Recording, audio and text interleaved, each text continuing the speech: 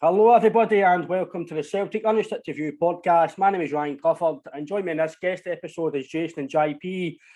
Well, for me it's a good episode for the fans, I would say, as it is the transfer window. Summertime, a lot of deals are to and froing, especially on social media. There's a lot of rumours and it's a big time of year for the clubs. Joining us on this episode is Fraser, Fletcher, sports journalist. Fraser, I know you're a busy man, mate, so I appreciate your time for coming on the podcast, mate. That's all right. Thank you very much for having me. Delighted to be here. As I've said, mate, you must be a busy man. Your phone must be going absolutely crazy since the transfer window. Aye, it's pretty non-stop. I try to get a moment where I'm actually able to kind of message people back that actually like me. Do you know what I mean? I've not got much time, but it's just me and everyone else that works at this time. It's just constant, isn't it? Absolute constant. It's good though. It's what we're here for. It's absolutely what we're here for. I say JP, he's a sports journalist, and you don't really get to speak to him very often to give you insights about obviously deals and how it all works as well. So I'm actually looking forward to hearing his work and how he goes about his business and dealing with the sports side of his job. Yeah, absolutely, mate. Good evening, lads. Hope you're all well. Hope you've had a nice weekend. Weather's been great, so I suppose that's a big bonus for us all. Yeah, Ryan, definitely. It's good to Fraser on. Obviously, you don't understand. A lot of people that don't understand how transfer deals are done, how things, on a day-to-day basis and that side of the world are done. Hopefully, this can help and give them a bit more insight into. Maybe it'll bring a bit of patience from certain people, because I think a lot of fans tend to get impatient when they're linked to it. I know, Fraser, you're shaking your head there. It's not happening. I tend to agree with you, but we'll do our best. Yeah, fans get impatient, don't they?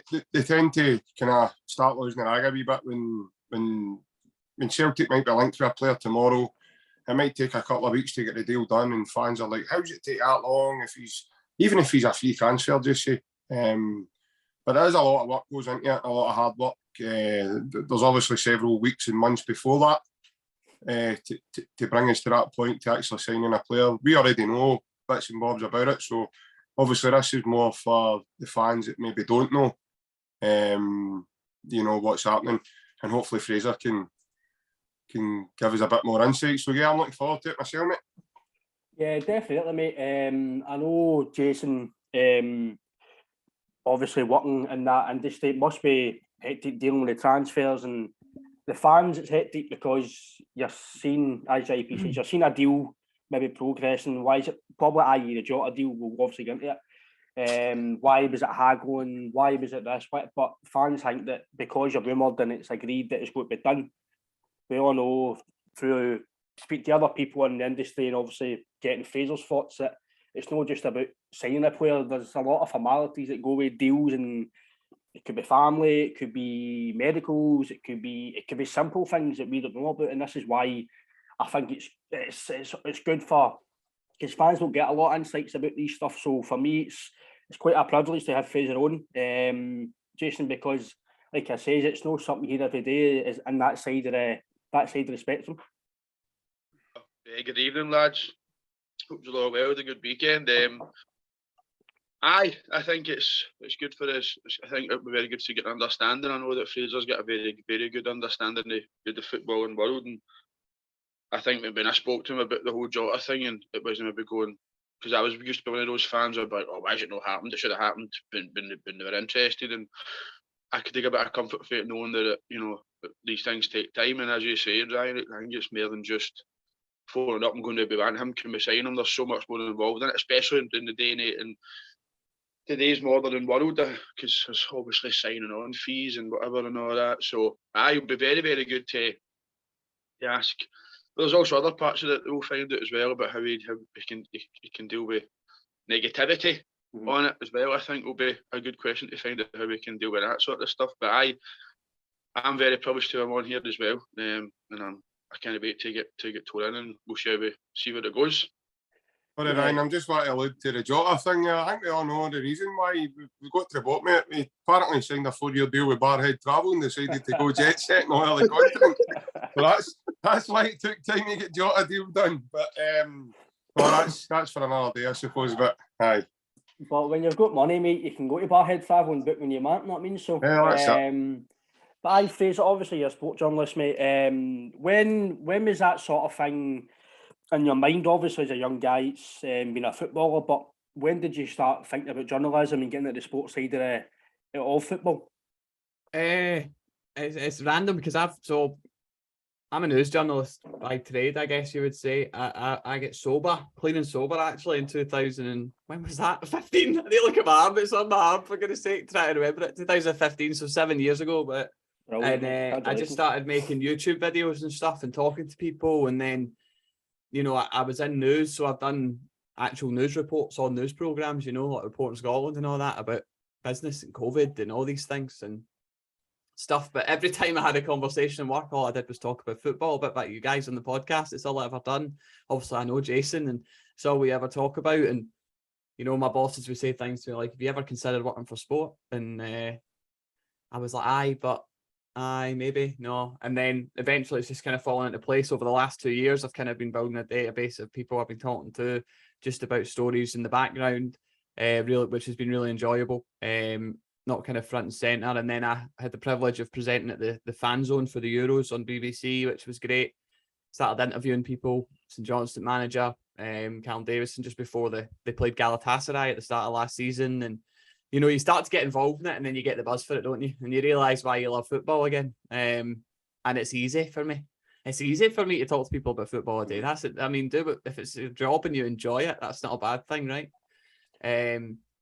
Yeah, and then obviously now I'm working across different outlets. I get to write about football. Recently wrote about Joaraovic, Aaron Hickey at Brentford, and I'm just dealing with football all day. So it's not difficult for me. So I like broadcasting. I'm obviously a bit of a show off. I don't mind being on camera. And I enjoy the actual journalistic side. I love digging and find. I'm nosy, basically, is what I'm saying, Ryan. Is I'm nosy and I want to find things out and I know how to do it. So that's why it kind of all fell into place for me to be kind of focused solely on football. So it's been good, man. I think JP that Fraser says there, I think as a journalist, not just in football, I think in general, I think you need to be what Fraser says, nosy. But it's no nosy as in being like eyes out at still game. You're being nosy to do your job properly. You're trying to do digging and research, and I think that's what comes in the job. It's maybe similar to us. We've got to do digging on guests and digging on like the game and stuff, but obviously Fraser's it's a total different capacity. But I think you do need to be nosy to maybe be successful in that side of the game. Again, I'm only going by maybe what I see for the onset and what Fraser's saying. I think you need to be like that in that way. Yeah, definitely, mate. It's a kind of nosy industry, isn't it? It comes along with it's not part of the job description. Because it's part of basically a journalist is an investigator. It's part of being an investigator. So you need to go and get the pros and the cons of everything you're trying to investigate, and you need to. And to be a good journalist, I'm assuming I've never done it before, but to be a good journalist, I suppose that you need to be very thorough. First of all, you need to know what you're doing. You need to know what you're talking about, and you need to be very thorough when you're doing it, so that you cover every single detail and leave nothing unturned. So yeah, in a way that you probably are going to be really nosy, because then you need to start asking questions.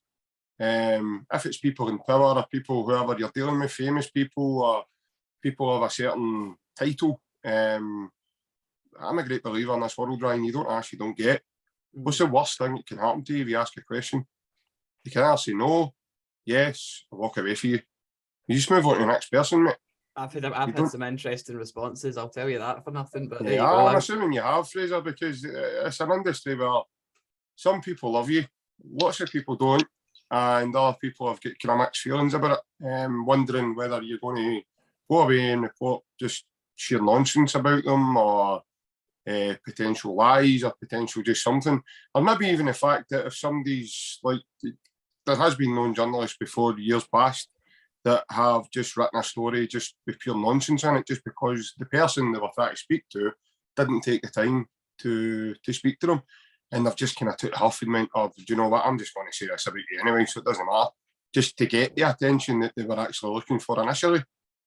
So to be a good journalist, I'm assuming you really need to know your stuff and take the time to be thorough and be, professional about what you're doing as well. Because if you don't use a bit of professionalism, then the person you're trying to deal with and the person you're trying to get information off you, they're not really going to take the time of day with you to hear your pitch or hear whatever it is you're wanting off them.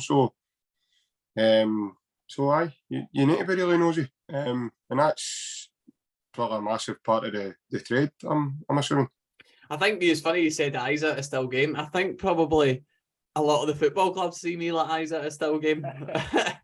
But you're building relationships, and I wouldn't say that we're a necessary evil, we're a necessary annoyance. Clubs know that the information, it's good to get it out there sometimes for certain reasons, and people are going to ask questions. And also, if you don't want to be a journalist that's just putting out clickbait, because there's plenty of them. If I wanted to go and get thousands and thousands and thousands of followers tomorrow, I could do that quite easily. I could put out articles that get retweeted. I know the keywords and hot words to use and how to do it. Or you can be someone that doesn't have any information and is kind of guessing, or you want to be the one in the middle. That's what I am. I'm the guy that likes to try, and I won't put it out unless I'm sure. Again, Jason knows me. Me and Jason go a long way back, but if I've got a gut instinct that something's like, I shouldn't put this out, I won't do it. And I've been stung for that before. I have put stuff out before, or one, not incorrect at all. It wasn't incorrect, but I put something out and it was the transfer fee that was incorrect. And that, that might not seem like a big deal. The player was going and all that kind of stuff, and it was right what I put out, but the transfer fee was off by about £1 million. Now that can have a big effect on the clubs who are doing business and how the business is doing. You've got to be thorough. You can have a big effect on people, if you're wrong. And although people weren't that annoyed with me, it was more a case of, right, well, it's still wrong. Even though it's right, it's wrong. And I don't want to be wrong ever. So it's difficult. It's just going to happen. So it's difficult. Yeah. I think, Jason, what Fraser's saying there, that obviously, I think in general, it doesn't matter if it's sport journalism or any journalism, I think you do need to be right. And that's maybe, if anybody who's listened to previous pods, I've got no agenda against the media, Fraser, but it's when they put the wrong stories out, I don't like it. Again, I don't know if that's just me, maybe I'll overreact, but I think, Jason, we know Fraser now for what he's retweeting. Fraser does only do it when he's concrete, or when he knows, like he says, he's thorough. It doesn't want to be wrong, and it just shows you that putting a transfer fee wrong, to me and you wouldn't think anything like that, but it just shows you that simple things like that in that type of industry does get people upset.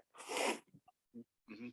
No, I think as well what Fraser's saying about getting the transfer number wrong, it's about taking a bit of pride in what you're doing. Do you know what I mean? Whereas maybe other people would leave it, but aye, Fraser, for what I put, comparing it to the other people that I've got on Twitter, that he will only put it out if he knows that it's a certain goal, or if it's definitely going to happen.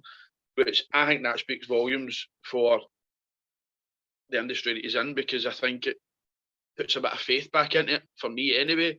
Because I was sort of the same as you, Ryan, whereas like they just put stuff out that they want to put out, and I think since I've started following Fraser and he's putting stuff out that I'm like, well, he's doing it. Fraser's doing it. I think Fraser's doing it because he likes it and he loves it. But I think a lot of people just do it because they want to do it, because it's just, it's just a means to an end for them. But it's a genuine passion, and I think you can see that. I mean, there's loads of good examples of it when there's certain players who are being linked heavily and things are kicking off in terms of the traction the name's getting on social media. Especially when it's Rangers and Celtic, because the followers are so big for them both and people are so interested, and it brings so many retweets and shares and all that kind of stuff that it gets traction very quickly. And a lot of the time there can be a number of reasons why you don't. There's a good one at the moment. I'm not going to name what player, but he's been heavily linked to Rangers, and from what I've heard, it's no happening. So it's a case of, just I won't put it out. Now, he might turn up tomorrow at Ibrox, but I'd rather he done that and I didn't get it than I put it out and he doesn't. Yeah. So, as far as I'm aware, at the moment, I've not been told that it's happening.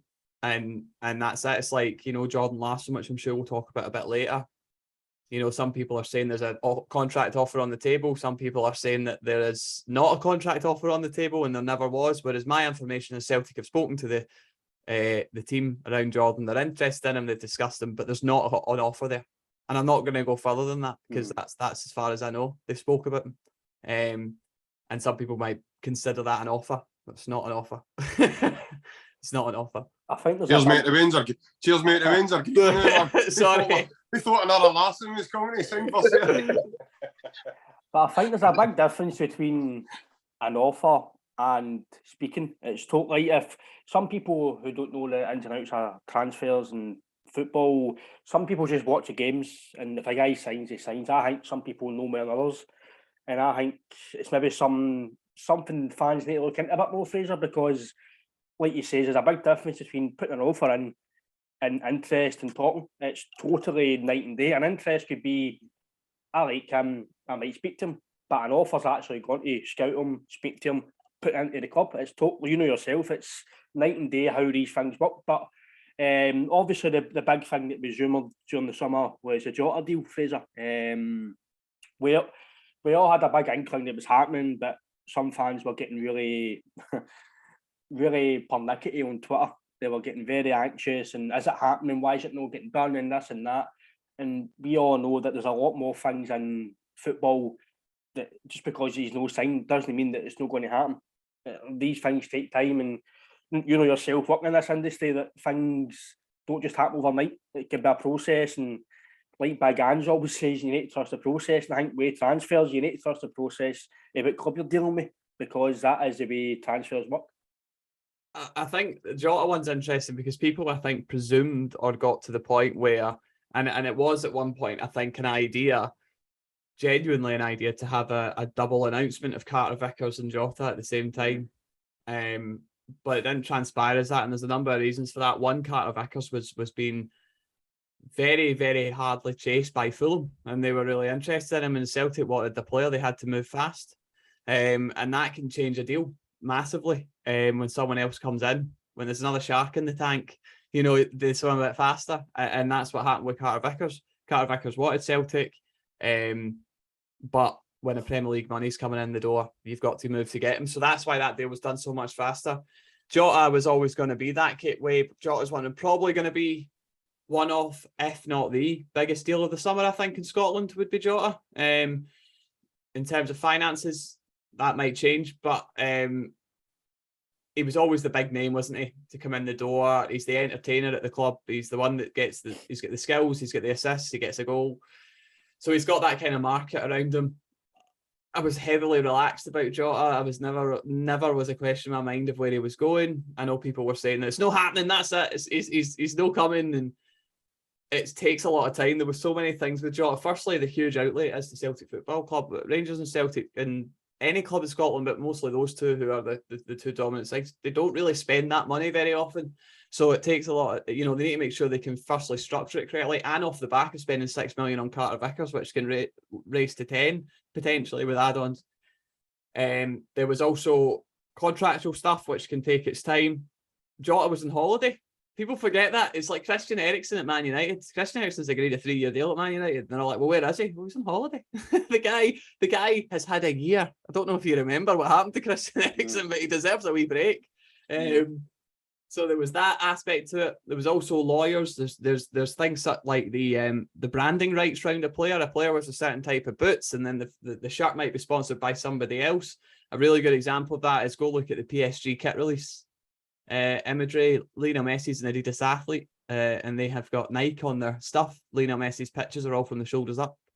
So that things like that, or he's turned side on and the thing's skewed. So things like that have to be negotiated as well. So yeah, people can panic and they want the deal to be done, but when it's a deal like that, the club needs to be correct. The club needs to make sure that it's done correctly for the best of the club, that they're not getting skewed at a lot of money, that the contract's right, that the player's happy. My understanding of Jota was he'd already agreed to join Celtic before he'd gone away in the summer. That was never an issue for him. He wanted the club, and he loved his time there last season, and he loves being part of it. So that was never an issue for him. It's more the kind of intricacies around the deal on the other side of things. And also an added thing just to say is it's a bit different for Jota, but Brexit has made things a lot harder too. It's not easy for a player to get across the line if they don't reach a certain amount of points. So there's now a 15-point system in place to actually get a player in the door from Europe to Europe, basically. It doesn't work like that. So where in Scotland before we would have seen clubs going out and buying a player who's uncapped, who hasn't had many young under appearances either for his country and stuff, that's not possible. It's not possible now because they don't reach the point system to bring them in the door. So it becomes very difficult. So that's why you're also seeing youth development and what we're trying to say, young development squads and the youth of teams being that they're going a lot of that back to British players. The Rangers are signing a lot of players. Celtic today have signed one. That they're getting the best talent from home because they can't get the players from Europe because they don't match the point system to validate the permits and international clearance to play for the club. So there's all that on top of it as well. So these things can take a lot of time. See, I didn't know that, JP, that Fraser says about the. I know players are sponsored by like Nike, Adidas, Umbro, whatever. But I didn't know that because that's what they're sponsored by, that they can't have that on like show, like strips or walking about the streets with Adidas or that. I didn't think that was. So it just shows you, JP, that I know and you know that footballers are just not a player. They're a brand. Yeah. It's like Ronaldo. He's not a player. He's a brand. He's a football player. By profession. David Beckham, by profession, he's an owner of a football club now, but he's a brand. And I think probably like Jota. I don't know about Jota's deal phase. I might be able to tell us more, but Jota could be a brand now. So there might be certain stuff with him that we might not notice. So if we never notice him in a year or two time still a certain way, or this is maybe why he can't show that, it just shows you certain things are deals, JP, that we don't know about, and this is why this maybe takes so long. Yeah, definitely. Just before we go on to that point, right, Fraser, I want to ask, see you mentioned earlier about the Carter Vickers deal. Was there a potential of a headspin there, and that's why Celtic were told to go that fast, or did they think themselves that Carter Vickers could possibly have his head turned with an interesting move to Fulham, or is that why they done that like that, or was it just merely because Celtic just wanted him and that's... Well, another part of the difference between Jota as well, Celtic had a little bit of a security with Jota in that they had time for the option to buy. But I do know that was activated quite fast anyway, and then they still had time after they activated it to actually complete the deal. So there was that little security blanket too. Just to clarify, when I was talking about Brexit, I know Jota is well capped for Portugal, but I was just using that as a example of why things are taking their time. Carter Vickers, so basically that moved fast because my understanding was Celtic were already in talks with Tottenham before the end of the season. As you know, these things are going on behind the background while you're supporting your teams, had a challenge for titles, etc. But Fulham coming up were looking for more defensive options and had started to make moves towards Carter Vickers representatives, and that's what pushed Celtic on to do it faster. It wasn't even necessarily, I can't sit here and say it's because they thought, Fulham are going to get him. But if Fulham can come in and say, well, we play in the Premier League and we can give you double what Celtic do, that could be a problem. Could be a problem for any club. So Celtic had to get that deal done as quickly as they could. And I think they also just wanted it done because they had a lot more, as you know, things to go on after that. So it was more just getting that one in the bag more than anything. Yeah, and we all know the astronomical amounts of money that are down south, and obviously the lure of that. I mean, just the lure of that league alone would be enough to turn a player away for playing in the Champions League. I know we find that hard to believe, guys, but they potentially, the Premier League is everything for these kind of teams like Fulham and Norwich kind of clubs. It's more than the Champions League. Just playing in the Premier League means more than, and I know we find it hard to believe, but that's the reality of it down the road, and that's quite interesting, Fraser. But more to it, Ryan, no, I didn't have a clue that you don't think like that. You're just there supporting your team. As Fraser said, you're there watching your team, and all these things are all happening, will be behind scenes and things that you probably don't even think of when you turn up on a Saturday or a Sunday or whenever it may be to watch Celtic play. No, and then obviously then you find out that Messi's got a different sponsor, and obviously he's not allowed to display a rival sponsor, which is frightening. That's phenomenal. That's more like, so obviously he can't not display it when he's on the pitch. What's he going to do? Run about with tape on his shirt? Yeah, no. I know. He's but it's in advertisement campaigns and stuff. It's very complicated. There's lawyers as well as agents involved in these deals for these reasons. Yeah. And a good example of what you spoke about, JP, with players in the Premier League.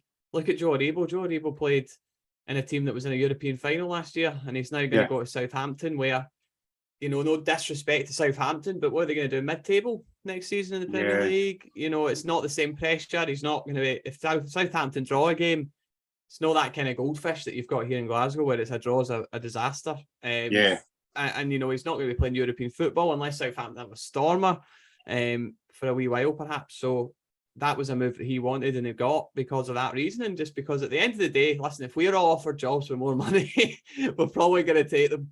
And that's what football is. It's a business. It's a working world at the end of the day. And these guys are all employees, so it's their job. So it's a short career as well. Oh, there's a total flip of it, Fraser. You could look at it, Van Dijk and Wanyama, and see these guys moving on to bigger things, and maybe wanted a chance and a slice of that pie to try and see if he could push himself on to do that. But yeah, the lure of that league is absolutely frightening. Even clubs like Brentford. I mean, I wouldn't say Brentford's a bigger club here than Celtic, but in terms of finances, with a year or two in the Premier League in England, they could probably destroy Celtic and offer a guy 2-3 times as much as what we can here wage-wise.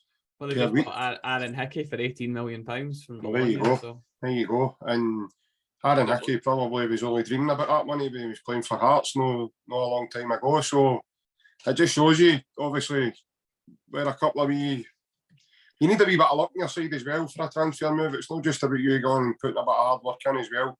You then need to bring interest to the table for yourself.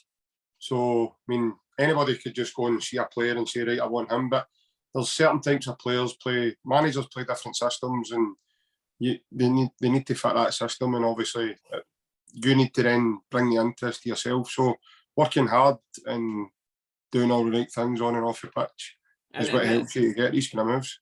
You need to strike while the iron's hot when you're a footballer. You know, it was... Look at Kieran Tierney went to Arsenal for a great fee, didn't he, for Celtic and for himself. But Kieran Tierney's a player that is a phenomenal football player. In my opinion, I think he's Scotland's best fullback. I do. I think Robertson's tremendous as well. I've got to say that, obviously, but I just think Kieran Tierney, when fit, is better. But Kieran Tierney's a guy that's got a lot of injury issues and has to make the move when it happens. If you look at Jota, you've just signed him, so don't worry. I don't want to scare you. But there will come a point when Celtic will know Jota is hot property, and they will have to cash in just for the benefit of the club and the benefit of the player. It has to happen, and because the player can get an injury, the player could have a bad season, and suddenly their value drops in the market. So you have to strike while the iron's hot with these things as well. Yeah, definitely. Fraser, we've actually spoke at length. Ryan, you'll probably agree. Jason, yourself, we spoke at great length about this, and we know. We're not silly enough and deluded enough to think that we're going to keep a hold of these guys forever and ever. We know these guys are I don't want to say using it as a stepping stone, because that's not what they're here to put themselves. They're here. They are, Jace, but they're here to help bring the club. First and foremost, Jace, they wouldn't be playing in Angie's team if they didn't have the right morals in that squad. So they need to be able to work hard and be there for the club. Andy's hit home about that for the minute he's walked in the door. About it needs to be the right type of person. Because you could let's face it, guys, you could go out and sign anybody. Aye, they might be good footballers, they might be this, they might be that. But they need to have the right fit for the club. Just because he's a class player or whatever, he might not be right, he might not have the right mentality, he might come into the dressing room and all the camaraderie is just totally wrong. He might have a bad attitude. Those players came and thought they were Billy Big Boys, and like I'll give you an example. Charlie Masonda, he came up here and thought this was going to be a total cakewalk. You hear the stories about him walking about training saying, I don't need to join in that wee session, I'm fit enough, I can do this, I can do that. When he went on to party, looked lost. It completely swallowed him, being up here at a club. I don't even think he knew what he'd signed for, personally. I think when he was put under the spotlight and he saw the scale of what he was with, I think it was just too much for him. There's been others along the way who've just not been the right fit for the team. So it's not just about having all the... You can have skill and ability and everything else. Gary Mackay-Steven was probably one of the most skillful players I've seen at Celtic with the ball at his feet.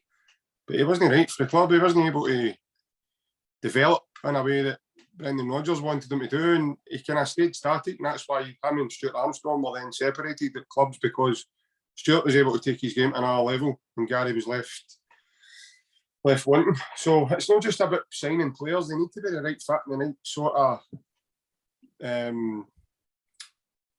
proper Lego piece to join the puzzle, to join the complete thing. Board. I think any club they've got to fit that model, JP, definitely. And for me, Vickers and Jota do fit that role. Jason, we've spoke about it at length as well, that they too, for me, they will be the next 10, 15 million plus signs for us. Jota for me is going to be over 20 million. There's no doubt about that. And the guy's an absolute star. People in Scotland might think because he's one good season that he's maybe not that. He's not up to much. Why he's not playing with Benfica? Because Benfica can sign guys for £50 million. That's why he's not playing with Benfica. It's a total different market. But for me, Jota's an absolute superstar. He's probably the best. Maybe out with McGregor all round, but I think technically he's the best in Scotland. I know Kyogo's movement's world class, but I think Jota's technically probably the best in Scotland. He's got everything, in my opinion. But I think, Jason, what Fraser says about Vickers and Jota, it's definitely going to bode well in the future for Celtic, that the fact that Celtic have got them in early and they're here, and there's no more worrying about the rest of the window. Are they going to sign? When are they signing? It's done, and we can look forward to the rest of the rest of the pre-season and the rest of the season. Yeah, I think it was massive that we started doing our work early. I think it's massive on. I think that's a good thing for all clubs, that they get their work done early. Because I think if you're still sort of trying to get players in and maybe the last day, that's when you're sat and you're panicking. You're like, we need to sign players here, and that's when you start signing the ones that don't fit the club. Do you know what I mean? But I think that's why Celtic have signed Jota on a 5-year deal, because they know how much he's going to go for. I personally don't think him and Juaraovic will be here very long. I think if Juaraovic has a good year in the champ, if he does well in Europe this season, he'll be away because there's already interest. I think the guy is phenomenal. I think he's slightly went under the radar. I think now that we're talking about him and we're talking about Jota and Carter Vitters, but I think Juaraovic he'll be away if he does win the Champions League. And I'm under the impression with Jota. I think if he does well in the big time in the Champions League, I think he'll be away 100%. But I think that's why they've signed him on 5-year deals. I do think that a lot of players do come over here and they do use Scottish football as a stepping stone, but I've accepted that. That they do come up here and they do well for maybe 1 or 2 or 3 seasons and they move on. And I think Celtic will become a selling club, but we're all right with that. But it does, it's a good model to have, because we do make a lot of money, but it would be nice to keep them for more than 2 seasons and maybe try and build something. But like we said, I think if once the big boys come in knocking, most of them will go. I think Fraser was talking about the Brexit thing, and I was watching something on the telly the other day, and they were talking about that. Like, I think it's Nathan Ike from Man City and Sterling are both going to be linking to Chelsea. I think that both of them are going to be going for, I think, we're combined at 55 million. Sterling's done. Yeah, right. So, done. When have you ever heard about that, where they're letting players go for that amount of money to their rivals in the same league? I've never heard that before, and I think that's the whole Brexit thing, because it's harder to get players in from Europe. Do you know what I mean? I don't know how it worked with the Bernabeu deal, because he's not been capped. I don't think he's been capped. Has he been capped by Argentina? I think is it the youth? I think he's been capped by the youth. Aye. But I don't know. It's the first team. But obviously, talking about Jason, you've wanted a conversation at Bernabeu. Obviously, Fraser, you were quite on that very early on. That's what I give you a bit of credit for, mate, because I think you were probably first asking on Twitter about it. A few other journalists had to take credit for it, so I want to put it there that I think you were generally the first to know about it, and you were the first to get it out there properly. Bernabeu has 1 cap for Argentina. Sorry, 1 cap, right? So obviously, see that deal as well. See in general, but on any deal, but on this deal, how? See when you know about that deal, do you go to the club, or do you go to the agents? Do they go to you? Do you do your own research? How do you go about getting the information for these deals? Well, first of all, South American market is something that's Celtic have a great scouting network in at this point in time. And Bernabei had been linked to Postecoglou before at other places as a youngster, and I knew it was someone Celtic is watching. I got a nudge off of a source who I'm obviously not going to tell you who that was, but it was someone they were looking at. I mean, this was early that it was someone they were looking at, and I was like, all right. And was that last season or this season? This season. Don't be an Isa, Ryan. Don't be an Isa. People Don't need to know. don't be an Isa, Ryan. Don't do it. No, what was it? This season he was just first rumoured. This season, yeah. I mean, let's say someone Celtic have been watching for a while, but clubs watch a lot of players. That means very little. Again, something I don't really put out is this club has watched this player. It's not something that I'm that keen on putting out, because scouts watch hundreds of players a year. It means very, very little. The only one I've done it with is a boy we might talk about later, and Vera. But the Bernabei deal, yeah, I was nudged early on about it. It was JP that was saying it about Ange's philosophy and how to sign players. I'm very aware that he's in control of who comes into that football club now. In terms of the squad. I'm also very aware that it has to be a certain type of person and model. Celtic have the saying, we never stop, is it? And if you're not willing to put the hard yards in and do the crap part of the game, it's not going to happen. Bernabei's a complete Ange Postecoglou signing, to be quite perfectly honest, in so many ways. And when I looked into him, I thought this all kind of has all the hallmarks of who the kind of player he'd look at. He's quick, he's good in the ball, he plays inverted winger really well, as we were talking about before we came on. He's a boy that likes to cut in, which obviously suits Ange's style of play for Celtic. And he's got a bit of a hot head on him and a temperament, but that suits the work ethos that's needed at the club at the moment. I first found out about it, and I already had the contact of the people who were around him, and I put a nudge in and got a wee something that we've been I had approached. Celtic had wondered if it was possible. And by that point, it was really a case of Lanús are a club, a great club, but they're nowhere near what they used to be, and they have their own financial issues as well, and the kid wanted Europe. So it was a win-win really for Celtic. Probably the smoothest deal I've seen in the window so far was Bernabei to Celtic. It was a case of, right, what do you want, and we'll do it. And Celtic got a good deal on him as well. Another player that they've got a decent opportunity to sell on in future, like Jason was talking about. The models of the clubs in Scotland has to be sell-ons. It has to be buy low, sell high. As much as I'm sure we all love our clubs just to develop a squad like we've seen in the past, and it's got these players coming in and nobody's leaving. It's not possible. We don't have the £100 million TV deals, or the £1 billion TV deals, I should say. We don't have that. We have to deal with that. So, it was the easiest deal, and it was a quick deal. Lanús there was a lot of reports that Lanús were rejecting and being hard to work with and difficult to work with. No, listen, you've got two parties who want the best for their party. And that's it. It's plain and simple. Why should they sell him really, really cheap? We as our fans of our team, we're like, they're horrendous, that club. They're not working with us. Well, if it was our player, we'd be like, hang on a minute. You know what I mean? So, you've got to justify that. Like I said, I'll go back to that. The Ange Postecoglou thing, personalities over really kind of flaring what they can bring is vastly important. I know that the way it works in a club, and the way it works in most clubs, is the scouting department will go out and look for players that fit the model. The model will be the way the team plays. Do they fit into the system? First and foremost, there's no point in. I think Matt Ten Hag's changed that at Man United as well for this season. It wasn't there previously, and you've seen a lot of superstar names coming who didn't actually fit the way they played. Then you had Ranić coming in, who's a pressing coach, who's got Ronaldo up front, who's never pressed in his whole puff. So you've kind of got that whole problem.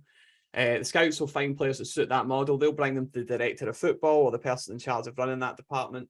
They will then go to the representatives of the player to find out if the player would be interested, keen, or if it's possible to start with.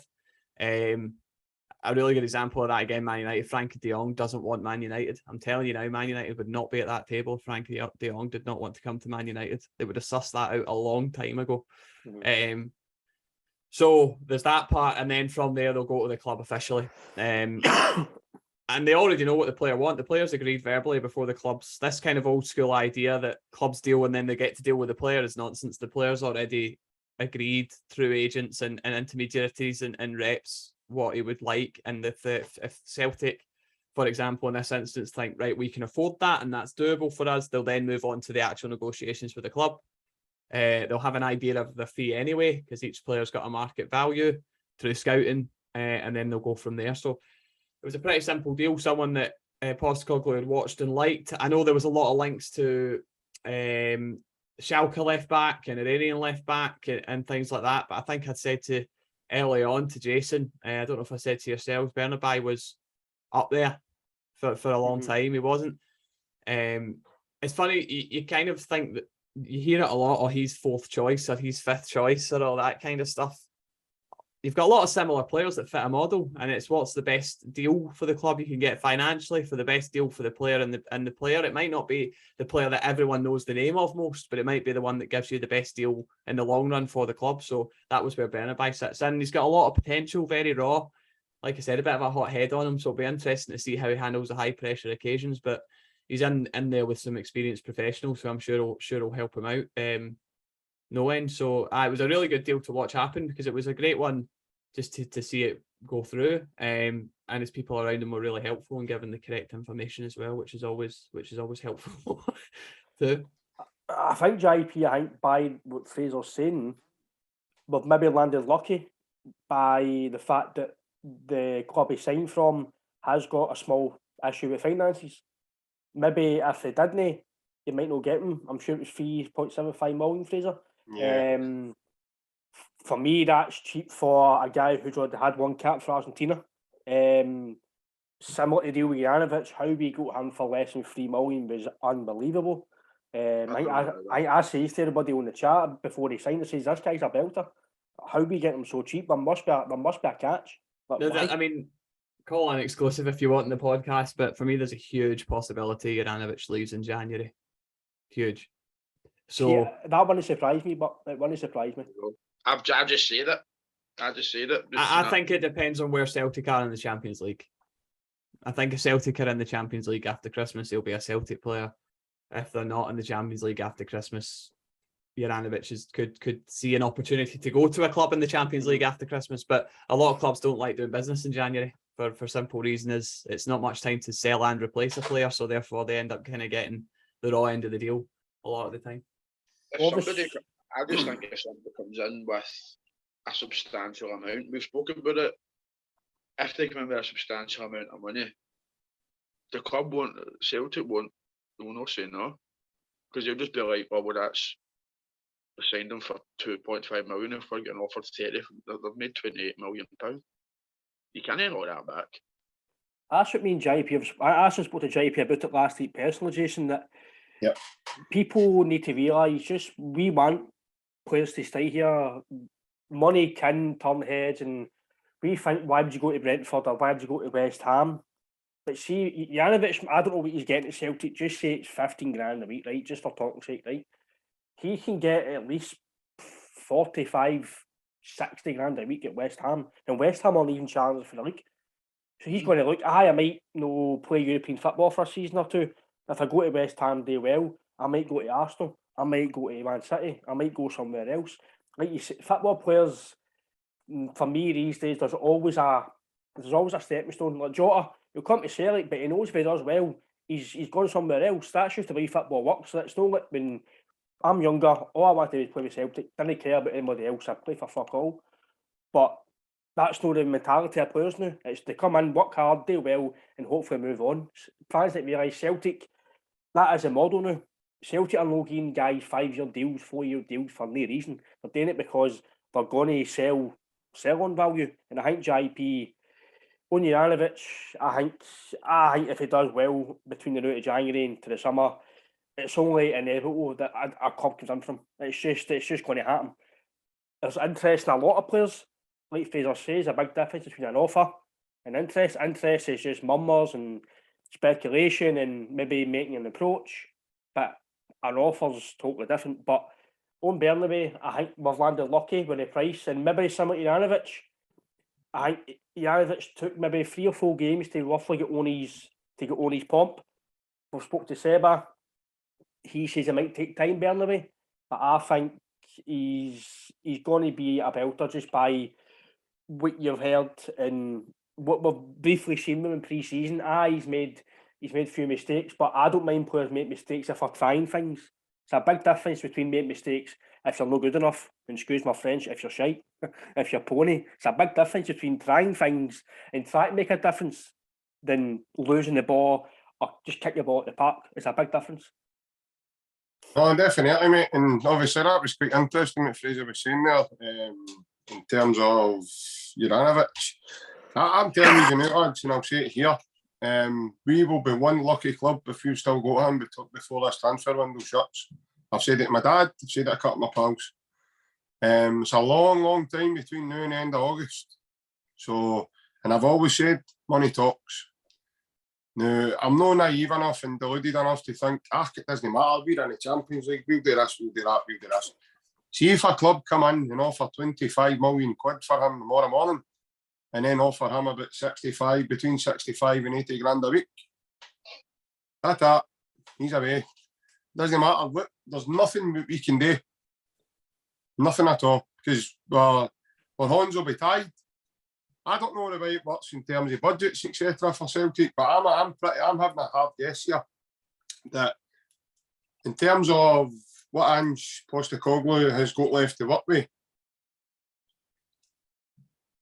it must be coming to an end for this transfer window very, very soon, with the amount of money that's now been shelled out in terms of Bernabei, Jota and Carter Vickers permanently. Because that's about, what, 18 million between the three players. It's potentially going to rise, though, if Carter Vickers... Potentially going to rise, obviously, with add-ons and that, but obviously the add-ons don't kick in, Jace. I think a player completes a certain percentage part of the deal. Is that right, Fraser? Yeah, okay. Yeah, sorry, yeah. So obviously, yeah, so we could be looking at that rising in the months to come down the line. But in terms of Journalist, lads, if a club came in tomorrow, somebody like, we saw it a couple of weeks ago, and whether that was nonsense or no, Atletico Madrid, just if we're talking to it, was rumoured to be interested in him. If that comes to fruition, and they were to go, there's 25 million quid. He's off. Journalist is off. I don't care. I'm not trying to upset Celtic fans here either, by the way, when I'm saying this. But do not think any one of your players have got this big cover shield over them that it's not penetrable, because they're just like anybody else. If money gets offered, not even Ange is going to be able to stand in the way of them. So if the season kicks off and Journalist is still in the green and white hoops, then I think we'll be very, very fortunate. So Celtic's stance on Journalist at the moment is that he's point blank not for sale, and I know that JP is saying that, listen, if money comes in and that's the talking, Celtic are not willing to sell him point blank at this moment in time. I don't think they will sell him before the summer market's over. Yeah. That's just in a pit. But like I said, you're right. Someone could come in tomorrow and knock the door with a certain amount of money. I don't think you get I think you get £15 million for Journalist at this point in time. Yeah. With add-ons, and then you would have a decent sell-on bonus on him. But I don't see him leaving Celtic Football Club before. Yeah, am I right in hearing as well, Jace, that obviously we understand that the player's happy as well where he is just now and what he's doing at the moment. So I think that would maybe bode well for us there. But I was just giving you a quick example, guys, of how quickly things can change. Massively quickly, yeah. Well, that's what I was going to ask, Fraser. Does that change significantly if the player then becomes unhappy and decides that he wants to go? If he comes in and goes like that, right, if say West Ham came in for Journalist and he went, well, I want to go, does the Celtic have an obligation where they need to go, we need to let him go now? No. The club do not have an obligation to sell anyone. At the end of fundamentally, the club don't have an obligation to sell anyone. That player is contracted legally to work for that employer. There's no kind of fundamental thing, but you don't want any kind of poison in a dressing room. You don't want any kind of bad influence towards a title match, towards European football match.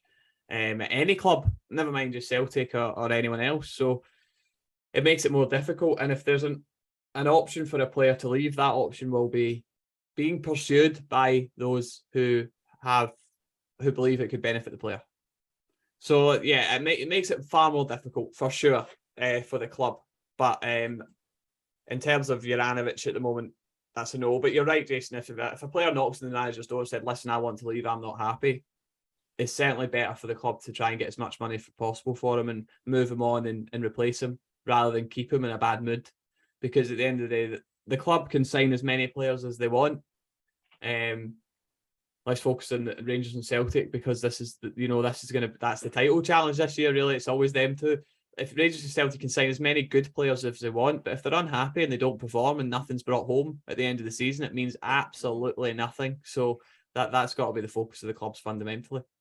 I think also, Jace, it's going to take something really significant to make them, even like a team like West Ham and whatever, it's going to take something significant, I think, to upset the player himself, because Celtic, for where we were about a year ago, for now, we're in a really good place at the moment, in-house.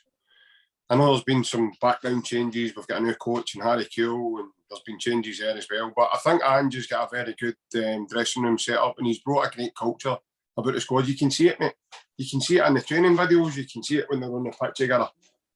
McGregor spoke highly about it the other day, just having the boys away just for 10 days together. McGregor was kind of talking like they're away on holiday together, all buzzing and boozing, but apart from the boozing, just the buzzing and the camaraderie and the patter and banter and everything. They're treating it as going to do some hard work, but I think they got a lot of downtime together as well. And going with what I'm hearing, I think they socialise together as well. And I think what was really good as well was, you look at McGregor, I think one of Juaraovic's best pals in the team is McGregor, because the two of them walked on the plane together as well, and the two of them were laughing and joking, walking up the stairs, and there's been a couple of wee training videos together where the two of them have been on the bikes beside one another, having a bit of banter. Then you get to see, I'm loving this as well, you're getting to see the behind the scenes type of stuff now as well that Celtic have now introduced. That's a new thing as well, it's been happening. Don't know if any of you guys have saw it, have you? Aye. Celtic have, aye. And so you're getting to see a bit more of what you don't see on a normal Monday to Friday. And you can just see that I don't think they're acting for the cameras. I really, really don't. Because sometimes I don't think some of them even know the camera's on them. Yeah. And until they see him coming with the camera. So I think they're in a good place in terms of, this is all part of squad building as well. The squad's still, as much as we're saying the rebuild's finished, blah, blah, blah, it's no Ryan. We're getting into phase 2 now of rebuild. Mm-hmm. For what Andrew's trying to implement. And Celtic are still wanting a centre back and a centre mid. So well, there you go. So that we're nowhere near where Ange wants us to be at the moment. And then when you bring the players in, right, you then go to coach them. Mm-hmm. You then go to them to fit your style, fit the way you want to play, get them to play to your understanding. And the way Ange has done it has been nothing short of a miracle in terms of he's only been there about 13, 14 months, and it's been absolutely frightening the way he's done it. But in terms of Juaraovic, I think we're very, very lucky to have somebody like that as part of our squad. He did only spend a season at Legia Warsaw. We understand why now, because he's superb. The Bernabeu thing, yeah, I think there's been a bit of experience with Ange there as well. Ange's played a blinder because he seems to know that kind of market. Mm-hmm. He's now been on record. He was talking to Mark Swatzer about that just a short time ago. And he states to him that he knows the South American market really well, and like teams for that country, that side of the world and stuff. Obviously, Japan, he was over in as well. So, I think Ange's found a kind of loophole, Fraser, in terms of knowing that he was going to get the value, and not just the value, but the quality. See, just to add to that, exactly. One of the main reasons he and Giovanni Van Bronckhorst are the managers of the two Glasgow clubs is because they understand the market that's not affected by Brexit. It's two of the major reasons. Giovanni Van Bronckhorst managed in Japan. You might see Rangers work in that market recently. Was it Japan or was it China? China, sorry. You might be right. I don't know. There's so much going on in my head. He worked over in Asia. And then Ange obviously has vast experience over there too. You're going to see a lot more of that because that market is not affected by Brexit. That's why Celtic were able to bring in the likes of Kyogo, Hatate, Furuhashi, who's not yet had the kind of impact I don't think he would have wanted to. We'll wait and see on that front. Bernabei's come in now as well. And you're going to see more from Rangers on that side as well. So that kind of helps with the Brexit thing. And that's two of the major reasons, not main, they're good managers first and foremost, but two of the main reasons why they're there. And see what you're saying, Fraser, about the deals. How, see when the boy, was it Sousa? How? Yeah. Why was there a reason why he chose the club that he'd over a different club over Celtic? What was the deal with that one? How come that one didn't go through? Well, it was multiple reasons. First of all, he's part of a City Group club, and the City Group have got a web around football, and in terms of they like to keep their assets within their group. There's that side of things. Secondly, the money that he went for in the end, I don't think Celtic were willing to spend on the player fundamentally. I think that was just it. I think Celtic felt like they were getting priced out and we're going to be entering into a kind of bidding war for him. And I think he was a target for Celtic, someone that they really wanted.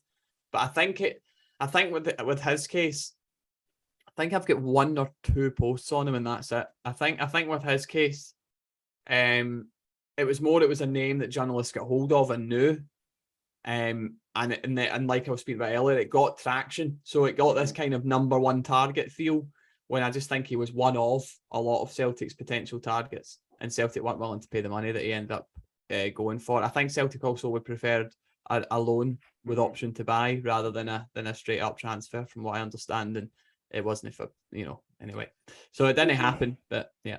See, when you're speaking about centre backs as well, I think centre back is a place we need to strengthen. We don't know if Julian's going to stay. I don't know if you know more about that, Fraser, but from what I've heard, supposedly he spoke to Ange and they were shaking hands before he went to Australia. They've maybe sweetened things up. I don't know. Centre mid, I do think we need, I'll just say it, a nasty bastard. I think we need a footballer, but somebody with a bit of roughness about them to help me, especially in Europe. I know. Aye, in that ilk, no, maybe ability wise, but in that type of nastiness. I don't think that's what. No, but you seen that in the semi-final. He was getting torn in. He bullied us. Who are we talking about? Sorry, I missed that, Jace. The guy who's got the best song on earth. I'm afraid that's all we've got time for tonight, folks. No, but he did. No, but he did bully us at Hampden, 100%. I do believe, Fraser, that's somebody at him, but somebody with a bit of a bruiser about them, but good with the ball. We're missing that, and I think it's maybe the missing piece for midfield. Can McCarthy do it? I don't know. I think we need to maybe buy somebody a bit younger with a bit more hunger about him. But on Julian, do you think he'll stay at Celtic, or do you think there's any more whispers about him going at all? No, I mean, Julian was on his way out the door, apart from the Schalke medical. I mean, that was done and dusted. Was it medical? Was it medical or personal terms? There was multiple reasons for the deal, but as far as I was aware, the personal terms were about to cross the line, and then the medical showed up, and then the culmination of the difficulty within personal terms and the medical made Schalke go, do you know what? I don't think this is doable for us, and that was it.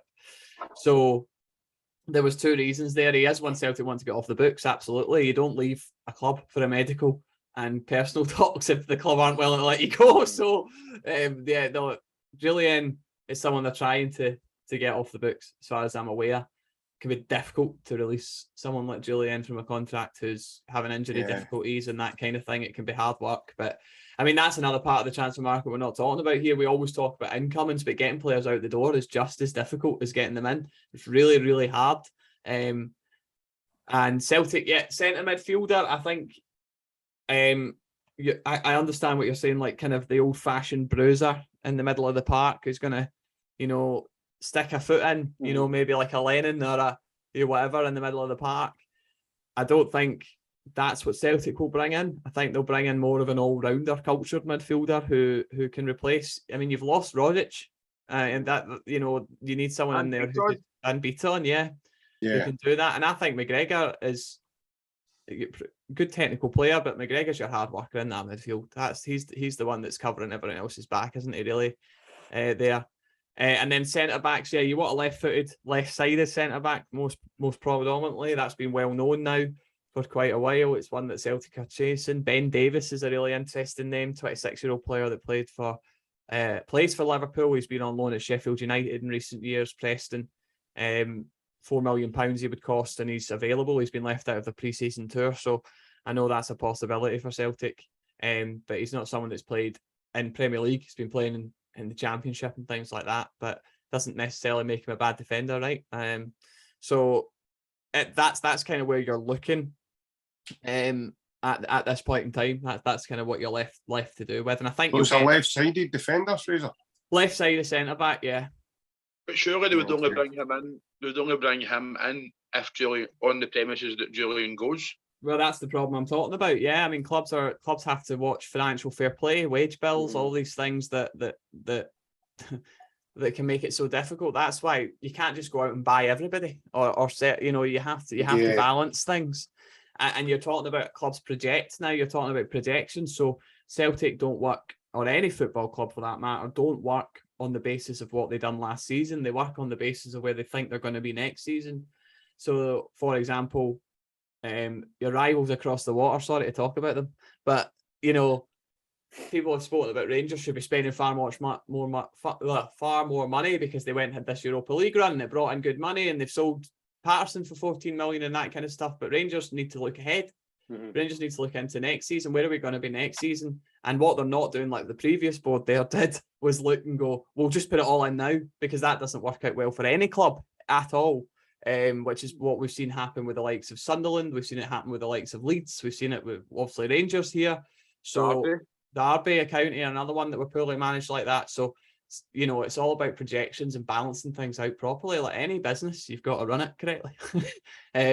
So yeah, I think Julian's one that could leave the club, and might leave the club. But the difficulty is when there's nobody making offers. What do you do? See on guys leaving as well. I know there's Sorrells left. I get it might be hard to get away because obviously we're on good wages as well. See when transfers, you're dealing with transfers going out, you're doing your research and digging and stuff. Is it different for guys coming in? Do you do different research? Do you go through different channels? Is it totally different way of working? Sometimes you get lucky. And that's happened on a couple of occasions. Sometimes you get lucky. I'm not saying on who, but you'll be like, well, you'll phone in someone to speak to them about a player that's coming in, and then they'll just within the conversation going, yeah, but we can't get that deal. We can't get his deal across the line until they get rid of him. And then you go, oh, they're getting rid of him. So, that can work out in your favour quite a lot of the time. It's all networking, really, and having conversations. And then in terms of getting players out, a player's representatives will be told by the club, listen, your player's no longer wanted at the football club, or a player will be told you're free to find another club. Basically what that means is the player and his representative have been told, get to work. You need to get your player out the door because he's not going to be playing football here. Now, a really good example of this is Jack Rodwell, who was a centre mid that played for Manchester City. I think he came up in, didn't he? And many clubs. It was the next big thing. Went to Sunderland. Was it mega money went there? £70,000 a week he was at Sunderland. If you've not watched Sunderland Till I Die on Netflix, I absolutely recommend that you watch it. It's absolutely amazing. Amazing insight to a football club. But he wouldn't leave. He just wouldn't leave Sunderland. They needed to get him off the books, and he wouldn't leave. And the problem is a contract works two ways. So, Sunderland had to try and sell him. Eventually, I think it was Ipswich Town he went to, and he dropped his money to £45,000 a week. The poor boy, don't know how he managed to feed himself. But the point is, it's really, really difficult unless there's actually people who want the player. It's really difficult to make it happen, and this is why agents and all that get such a hard time on when they've got players coming in and they're taking fees. They do a really good job for football clubs as well because they get players out. So there's a catch-22. JP, that's something we're sorry, mate, to cut on you. But that's something we've spoke about, JP, that I think we spoke about it on night actually with Ekman. Fans need to realise that if a club doesn't want you, you're going nowhere unless they release you. A club has to want you, like a Yeti. He's not really done well in the last year or two. Who's going to take him? Who's going to take a punt on him?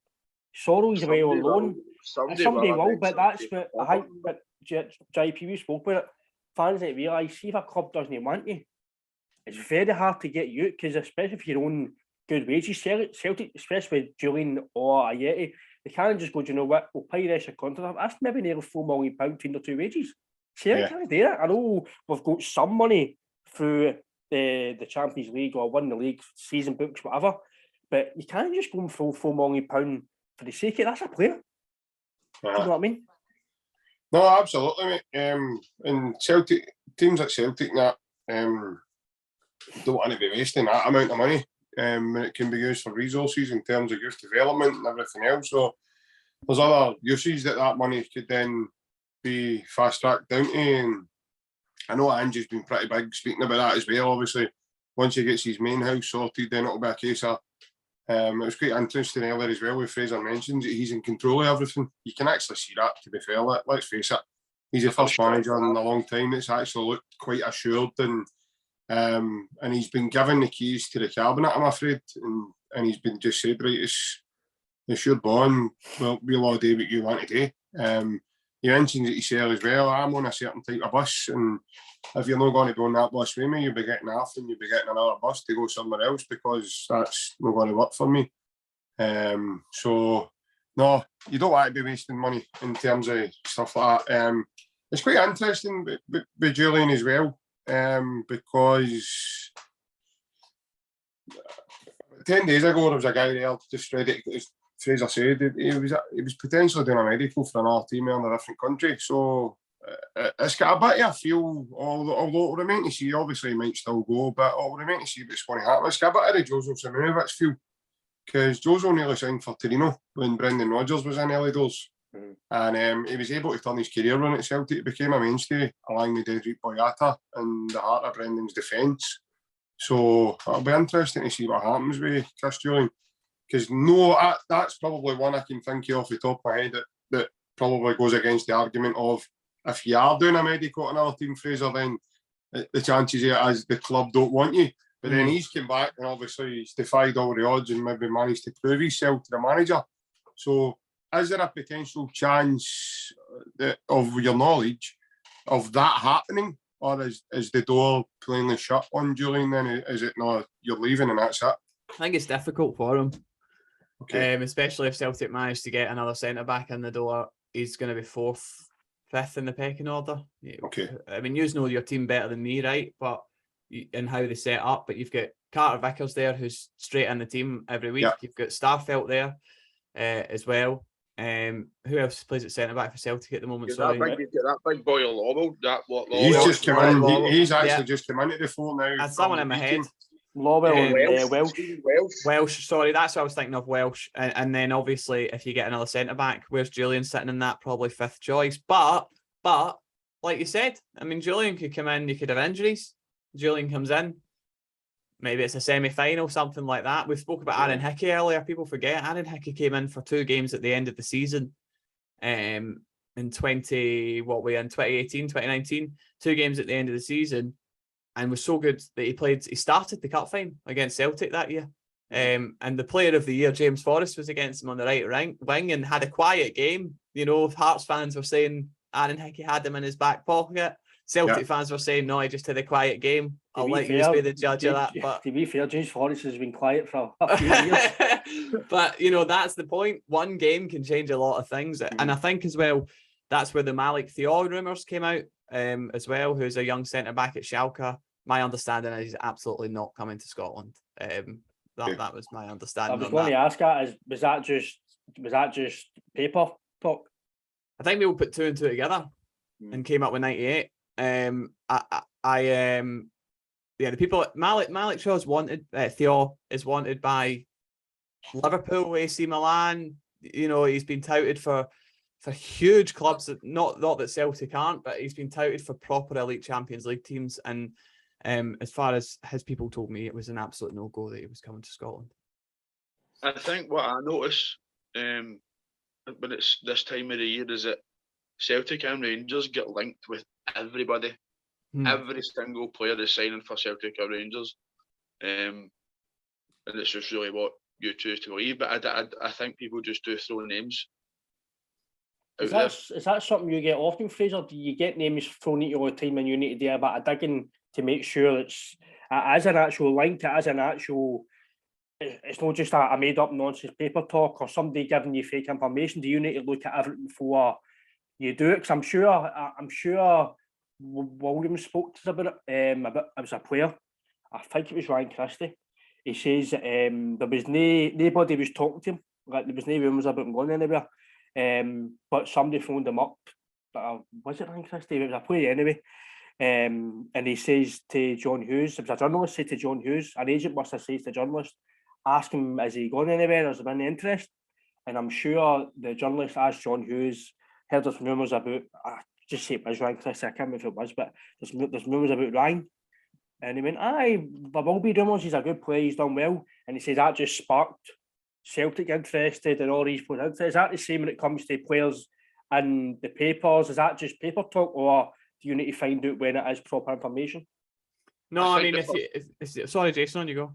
I think the name that would pop into my mind that was sort of dropped into that was Jordan Larsson, because that just sort of came, that came from just that neighbour, and then it was, oh, is it concrete? I don't know who asked me about Larsson, but someone did ask me to check that out, and was it you? And I did check that out, and no, with Jordan Larsson, Celtic absolutely spoke to his representatives and stuff and had a look at Jordan and have had interest in him. No contract offer has been offered or put on the table. I've seen reports of a 3-year deal. That's not true, as far as I'm aware. So it's things like that. Sometimes it's like, right, okay, it's actually there's truth to the story. It's decent, but it's just understanding the nuances of what's true and false within it. If you look at my Twitter DMs, man, I have so many Twitter DMs and the message requests. I think my message requests just say, like, I don't know what it is, 999 plus or 99 plus or something. But it's people who are just like, what about this rumour for this player? What about this player for that player? What about this for there? And nah, you've got a lot of the time you just kind of ignore all that kind of thing. But you do get asked a lot about players, which is complete and utter nonsense. Do you get an idea for the club if it's nonsense or not? Yeah, like, sometimes straight away you're just like, it's not happening. You don't even need to look, you just know it's not happening. Lionel Messi coming to Motherwell, it's like, it's no happening, no disrespect to Motherwell. Is there certain clubs, Fraser, again, you don't need to mention clubs or names or whatever, but is there certain agents or clubs or whatever that'll give you more than others, that they'll actually let you print stories or able to you to give information out before it gets to a certain stage? Is there some clubs that are easy to talk to for information? Yeah. I mean, most clubs are great if you actually have a source valid reason to talk to them. No one wants to be peppered with messages, and sometimes there has been times I've messaged the same club 3 times in one day, and I'm like, don't really want to send another message to this person because they'll be thinking, oh, for God's sake, go away. But as long as you've kind of got something valid to ask them about, sometimes you might ask them about something that isn't true, and you know you're asking about something that isn't true, just so they can say it's not true, and then you can throw it in the bin, technically. Do you know what I mean? So yeah, and agents and stuff are all and players themselves, some of us talk to. I mean, listen, you know, sometimes you'll get some agents who lie to you. Happens quite often. Because the more traction their players in the market, like I said about affecting deals, remember from reports earlier on, you know, so you got to be careful. It's a minefield, and you can end up with egg in your face if you're not careful. So that's why it's good to actually be able to balance out what's rubbish and what's not. And you kind of, when you've been doing it for a wee while, you get a feel quite quickly for something that's absolute nonsense and something that's not. I think JP. Well, is it pretty common, Fraser, that agents, like if a player's coming down to end his contract, and then maybe I call it silly season. See when you get teams that are linked to Tom, Dick, and Harry, and it's just constant. Who's he play for? There's a couple of them to play. In fact, sorry to mention them, that team across the waters. Okay, you'll find a few descriptions there, right enough. But Big Shirley Bassey. Big Shirley Bassey been one of them, aye. He had a good Aye. 6 weeks of the season and he's been touted to be the next 40 million signing out of there, when they've actually never sold any of their players for astronomical amounts of money, but they're still Shirley Bassey, well, Shirley Bassey, let's just say Shirley Bassey now. Look, Calvin Bassey, I don't mind, but Calvin Bassey will go for good money. Yeah, I reckon he will as well, but it's not going to be the mathematics isn't their strong point at all, because I mean they've spoken them belly dollars for I don't know how long. We have yet to see any other player. I mean, I've got Rangers fans who are friends, obviously, friends who are Rangers fans, should I say, and Journalist went for 10 million. No, he didn't. The deal's 10 million. It's 6 million and then 4 million in add-on. It's like you're talking about how things are misconstrued and people just say bits of nonsense about what they say to make something sound good. There's a really good example. They'll make 6 million him plus. across the water will make you believe he's away for 10 million. And then he's away for 10 million. But you see, there's a really good example of something, right? Is 6 million plus add-ons will be Southampton's line. And 10 million will be Rangers' line. Yes. So the truth's probably 8. Yeah. So that's what I'm talking about. That's a really good example of how these things work. It's always somewhere in the middle. And that's what it's like. But listen, as far as you're right. I mean, obviously it's Fabrizio Romano and things who are like kings to me, right? But 6 million plus add-ons is what they're reporting, but I know that their sources are not in Glasgow. So I mean, you've got two different sides of the story. It's like any argument, right? It's two different sides of the story, and somewhere in the middle is the truth. So that's kind of how these things work. Do you not think that Rangers could have got more for him? He had a release clause in his contract that was activated when he went into the last year.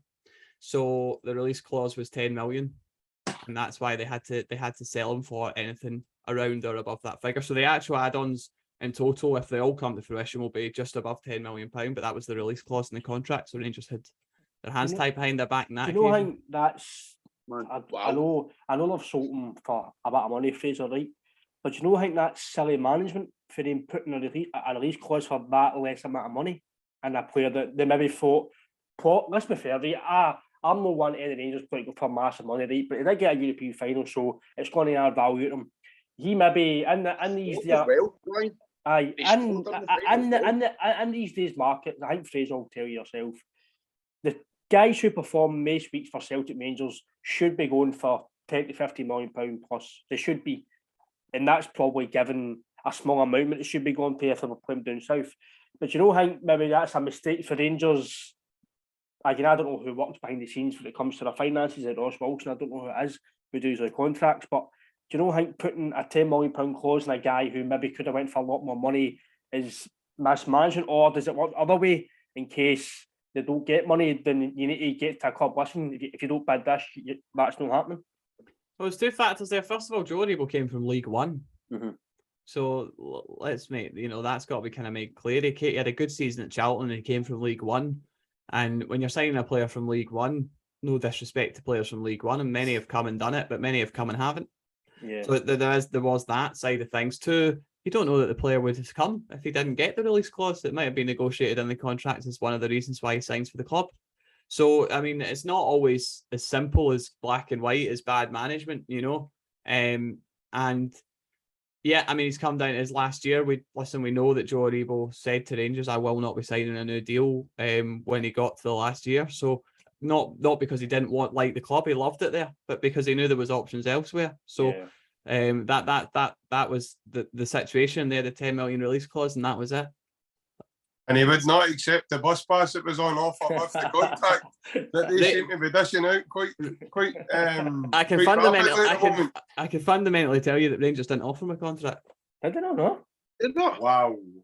I've seen something on Twitter. That's surely an exclusive. No, well, it's not an exclusive because what was reported was that he's rejected the Rangers contract. No, him and his representatives have said to Rangers, we wouldn't be signing. We're not looking to extend. They've not had a contract in front of them offered. So that's obviously been in his mind for a while then. Well, Joe Aribo's, listen, see,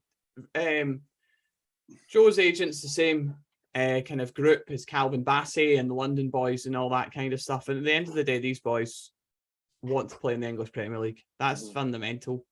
They're English boys, they want to play in the English Premier League. We're Scottish, and it may be all right for us to say, I'd love to play for Celtic, for Rangers, maybe you're a Hearts, a Hibs fan and all that kind of stuff. But these boys grow up wanting to play in the English Premier League, wanting to be like their idols. And that was always Joe's aim and goal. So when it came to the time to do that, he's seen the opportunity to do it. And I don't know if for him, he felt like he's got to a European final. He scored in a European final with Rangers. I mean, there's not much more you're going to do as a player at one of the Glasgow clubs than that. So maybe that's the ceiling. And he thought, well, it's time to move on.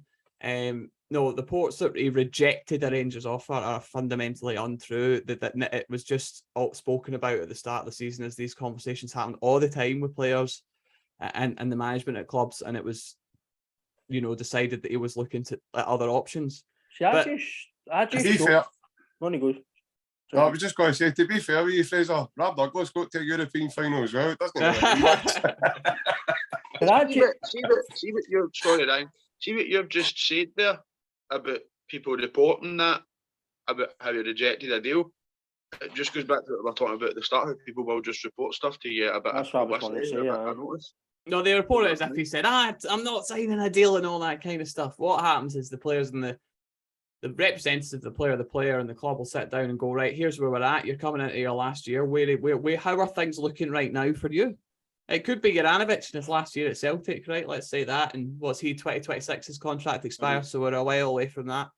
But it comes to 2026 and Jouranovic's contract's expiring, and Celtic sit down with his representatives, and it's a case of, well, where we at? And he might turn around to Celtic and say, I know I've got options elsewhere, so I'm going to explore those options. He's not fundamentally saying, I will not sign a deal, because those options might not come to fruition, and he has to sign a deal. So, it's a catch-22, but it sells let's be honest, it sells a paper better, doesn't it, if the word rejected or anything is splashed across the front of it.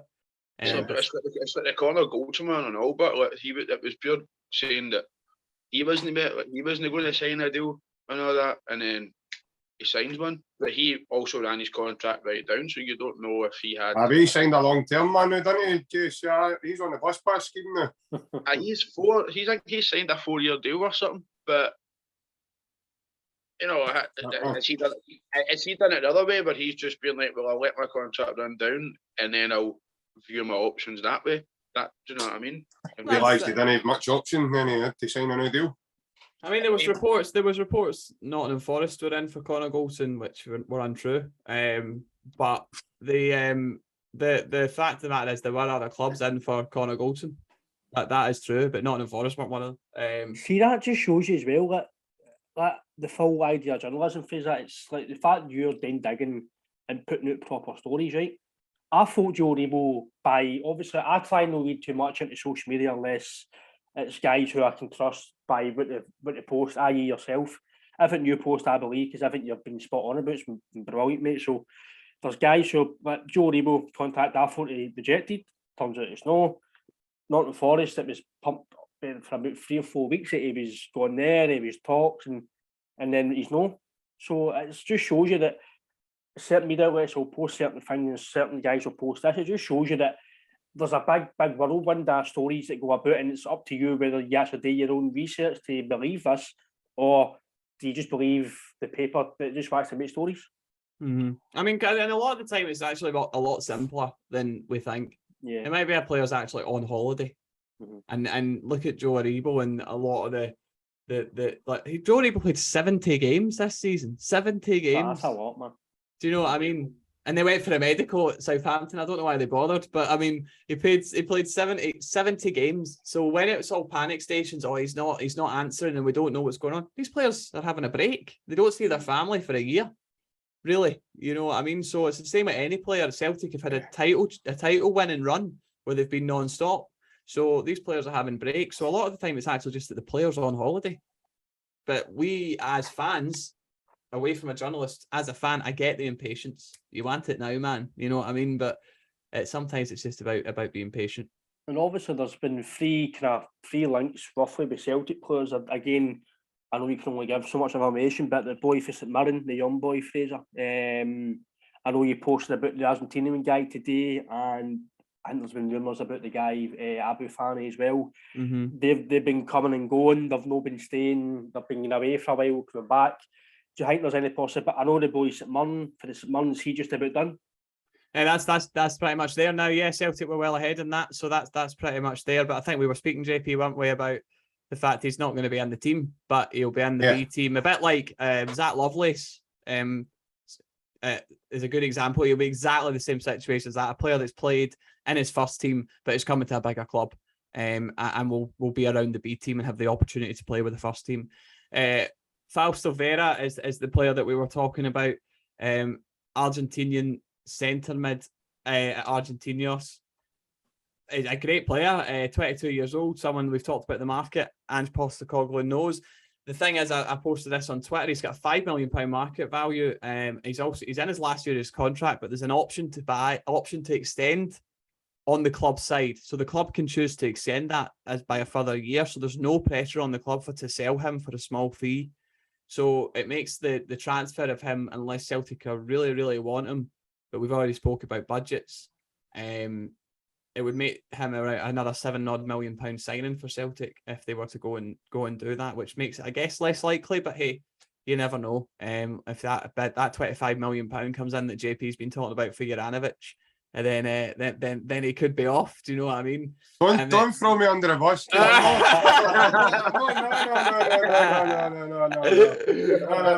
That was just hypothetically. Let's just put that out there then, lads. Okay. I'm babbing you up. And then obviously Mohamed Abdel Fani, who's been reported on a lot. Another player, Israeli, that Celtic know about. 14 caps for Israel. You've spoke, JP, about his numbers, and they are absolutely ridiculous. In terms, he's such a small guy as well. It's surprisingly. I mean, his numbers in terms of goals, but it's more his goals aren't high. He's got 8 goals in total, but in terms of his pass completion and chance creation, he's a player that breaks the lines really well. He's a bit like a Modric. Modric has really low assists. Me and Jason had a thing of this during the week about stats. You know, if you put Jota's stats up, he's actually only scored something like 2 goals in 29 appearances for Benfica, and you could be like, well, it's a terrible player. But if you look at Luka Modric has like 1 assist in La Liga. But in terms of chance creation and breaking the lines with a pass to the person that gets the assist, he's the highest. So that's the kind of thing that this guy brings. And he's certainly someone who's not going to be around the same price. He's sitting at about 1,900,000. So he's there, but his contract runs to 2026. So it's a bit longer. So again, you're probably going to be £2 million, £3 million for him as well. But they're 2 people that Celtic are looking at in a position that they're definitely looking to strengthen. It just shows you, JP, as well, that the media side and the journalism, that we've always said when it comes to transfers, I'd very, very, unless I get told say like Fraser on Twitter, you see it, I trust Fraser's his judgment in what he does. So the guy, Fabrizio Romano, sometimes I believe what he says. He's got a few things right. I think Fraser knows the industry, will know what that guy does as well. Probably there's other guys on online you can kind of give or take some of the stuff, but it just shows you that you don't always need to believe what you see. I'm a firm believer when a guy signs, then I believe it, unless I really know from. I don't read papers anymore. Don't read papers. I used to love waking up my Saturday morning when I played football, cup of coffee, paper, read. I don't do it anymore. The papers just don't interest me. I'd rather get it from a journalist who is on Twitter, or a guy who's an ex-player, or some from the actual mouth from the transfer, or really about the deal. But it just shows you that depending on who you look at and what you read and what you hear, you can totally misperceive a deal or misperceive a transfer.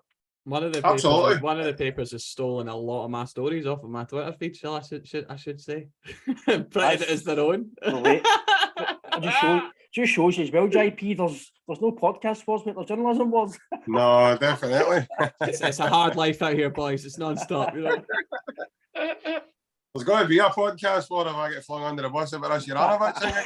You're sweating now, you're sweating about it now, so I'm absolutely sweating, man, in case the deal happens between now and the end of the Monday. Do you know that? They're going, well, that was him. It's his fault. See the more I know about Fraser today for 2 seconds.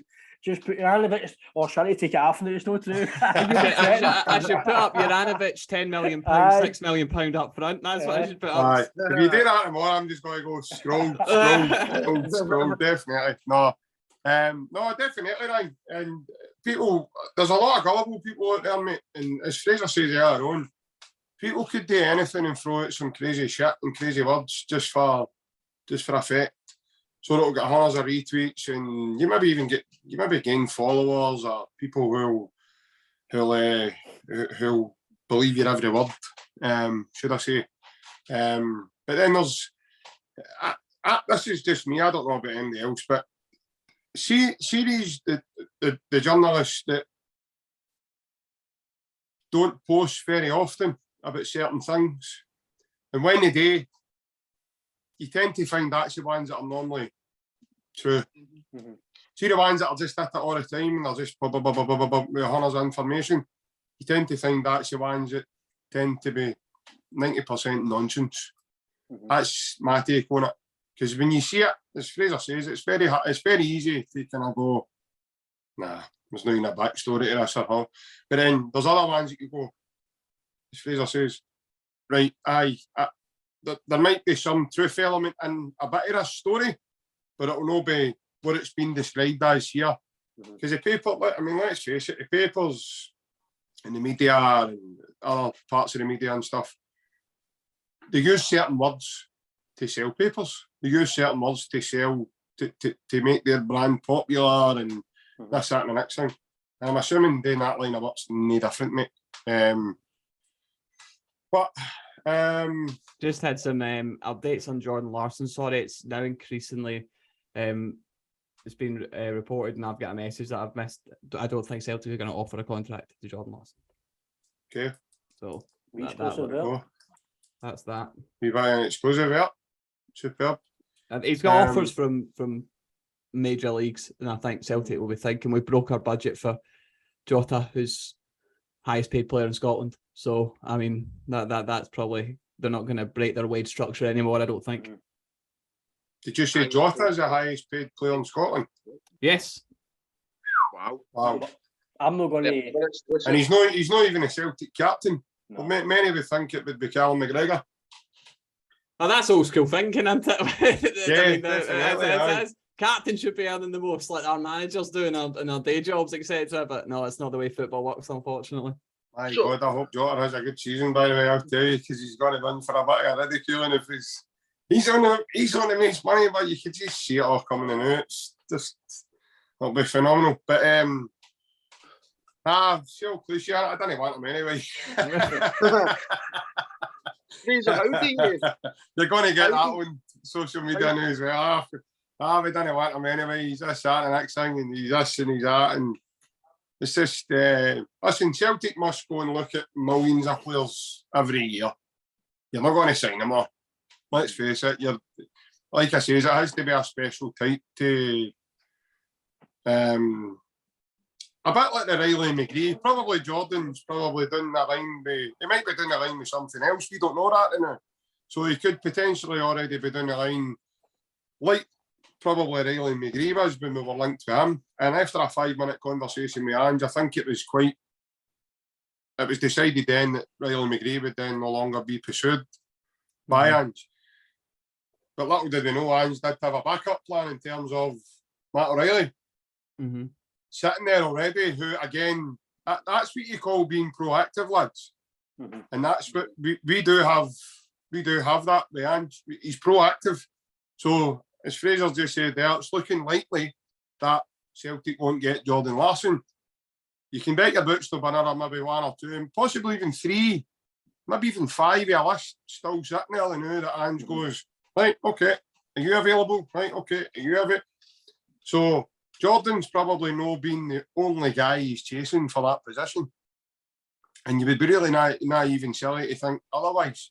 I think Jordan Larsson would have been a luxury of the market for Celtic. I know that position where he plays is not a high priority for Celtic in terms of that, and I think Jordan became an option that was available on a free transfer. It was somebody who obviously had a synonymous relationship with the club and connection with the club through his dad, and that was the only reason. I don't think Celtic are proactively looking to buy someone in that area ahead of the deeper lying centre mid and a centre back first and foremost.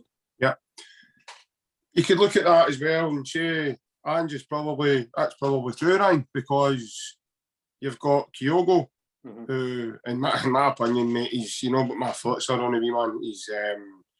He brings to Celtic what Larsson brought to us when he was there, mate, and there's still magical moments lying ahead for Kyogo. He was only on the park a couple of minutes the other night, mate. You've seen the quality in him. Now, that's pre-season, right? Kyogo does that every time he takes to the field for Celtic, just about, mate. There's always a moment, mate, where he turns special.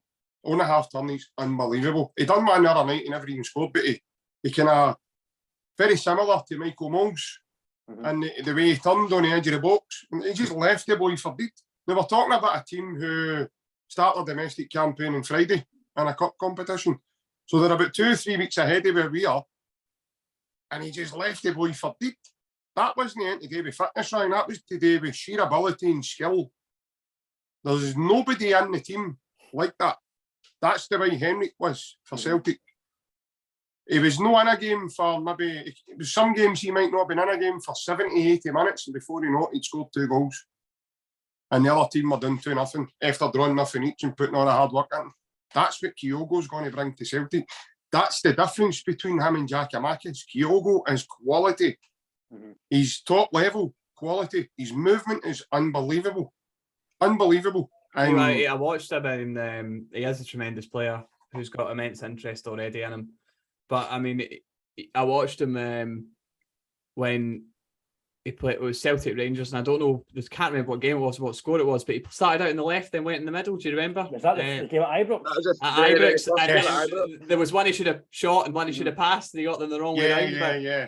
There was a moment in that with his movement and you know, where he literally, he's the one player in Scotland I've seen that can make a run and change it while keep moving. And I think that's tremendous. Usually you make a run and check and come back in. He can literally run and check and move all in one motion. And he did that to get in behind Hollander, I think it was, a couple of times in that game. And obviously his pace for Hollander was a problem. So he's a very, very, very good player, Kyogo. The other one you're watching as well in the cup final, Fraser, when McGregor plays the ball across and he's watching it over his left shoulder. And he lets it drop, but he also knows where he's positioning his body. So he knows his first touch is coming right onto his right peg. And he's then got the tactical awareness to position himself in a place where he knows he's gathering it his right peg to take the ball away for the defender that's coming up his left side. He then takes it away and scores. The goal against Motherwell, just the last game of the season there, where he lets the ball drop over his head and he just cushions it into the bottom corner off his foot.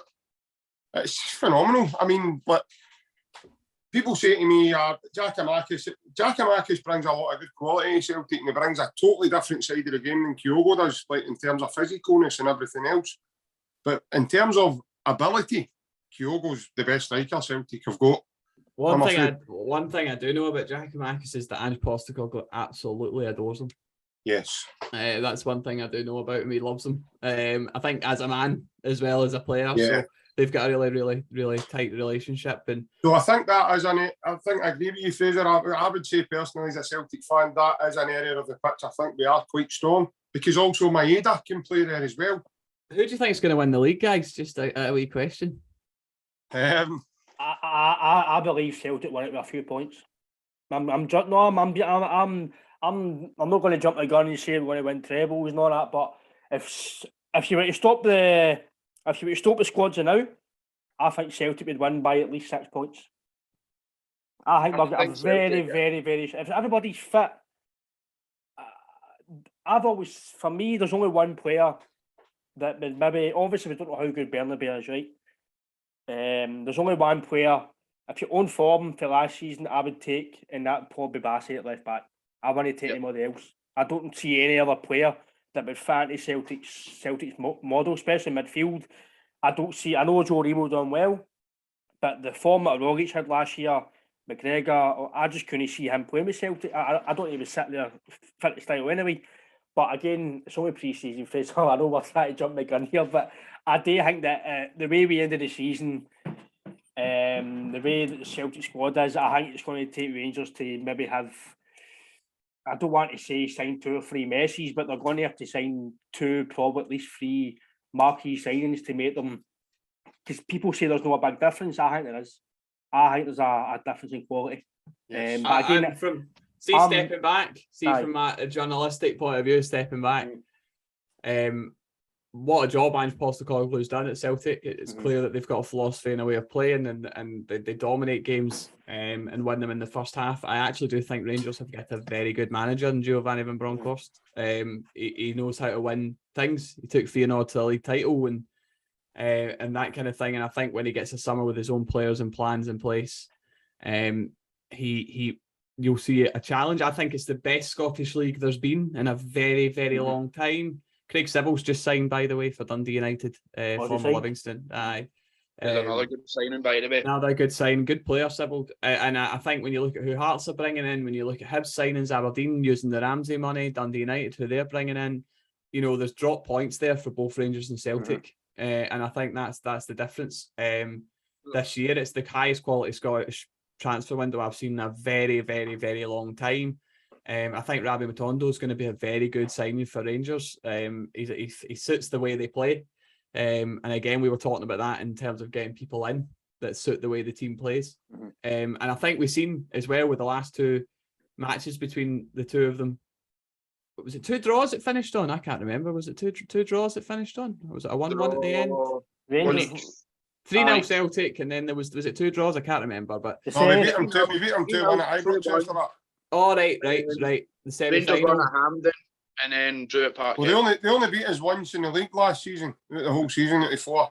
Was that right? So yeah. So there you go. So you've got, and then at the end of the season, it looked like Giovanni van Bronckhorst maybe had got a wee handle on how to play against that Ange Postecoglou gung-ho style, I guess. So who knows? It's going to be exciting. I think it will be a tight thing. I really do think it will be a tight race between 2 good teams, because I want 2 good teams, and I think I hope Rangers and Celtic are both in the Champions League for Scottish football.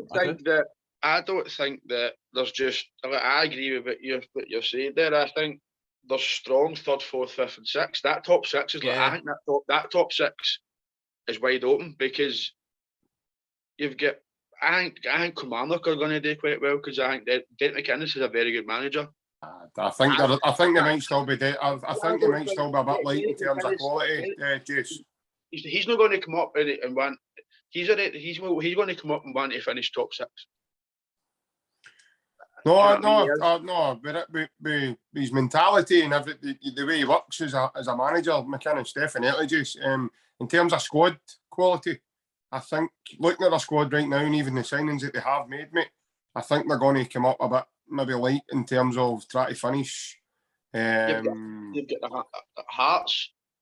The only concern with Hearts is, can they do Sunday to Thursday every week till Christmas? Because they're in Europe regardless. If they got the depth to do that. I mean, if you look at Dundee United released 18 players. Did they? Yeah. Aye. I seen that today, Fraser. Dundee United released 18 players. I mean, we were talking about it a couple of weeks ago, and it's like they're going into Europe. And then if you look at St Johnstone, I interviewed, like I said right at the start of this, Callum Davison just before they played Galatasaray, and I was at the training ground, which is just beside the stadium up in Perth. And when I was up there and I was watching them train, Ali McCann was still at the club then, by the way, who I actually think is a tremendous football player. I was surprised that he went to Preston. Was the rumours about him going to Celtic too at all? Ali McCann, I'm going to really disappoint you now. Ali McCann was much closer to going to Rangers than he was going to Celtic. But I don't think either club actually made an exclusive offer for Ali McCann at all. But that was certainly more likely than Celtic at the time. But he obviously went to Preston. But I mean, what a player. But when I was there, they were playing Galatasaray. The team had won 2 trophies. Justin had won 2 trophies the season before. And I interviewed Callum Davis. I said, what's your plans for this season then? Surely it's got to be top 6, breaking into that kind of maybe top 4 or 5. And he said, stay in the league. That was his answer to me. And I was like, you're about to play Galatasaray in Europe at home and stay in the league. And then look what happened. St Johnstone ended up in the relegation scrap of their lives because they started the season so early with such high octane levels when you're up there playing in Europe with a threadbare squad. and it costs them daily in the league. So that could affect the league massively as well in terms of where people end up come the end of the year. So Fraser, they also lost one of the big centre halves, didn't they? Was he they did. I want to say Patterson, but I don't think that's actually correct. No, it's not Patterson. St Johnstone. Bolton or something. Was it Liam Lindsay? Oh, he's Partick Thistle, wasn't he? Oh, I thought it was no, he went down south. I can't remember the boy's name now. Oh, Davidson. McCart. No, he's now just left them now. He just left because him, the big boy Rooney, he's left them as well now. But he's away to Fleetwood Town. Yeah, they have lost. I mean, the team that won those 2 cups, they've lost significant talent for that squad. I can't remember the big centre half. They lost Ali McCann. They lost Ali McCann, and they lost the big centre half in the same window. And I cannot remember the big boy's name now. No, that's completely gone out of my head. And I think he was a captain because I'm sure he was a captain of their team when they played Galatasaray. It's shocking. I can actually see his face. It's annoying me, but it's getting later. Look how tight it was from 8th to the top to 3rd on the last day of the season. Don't forget, lads, I mean, we've not even mentioned Livingston are going to look to kick on and off.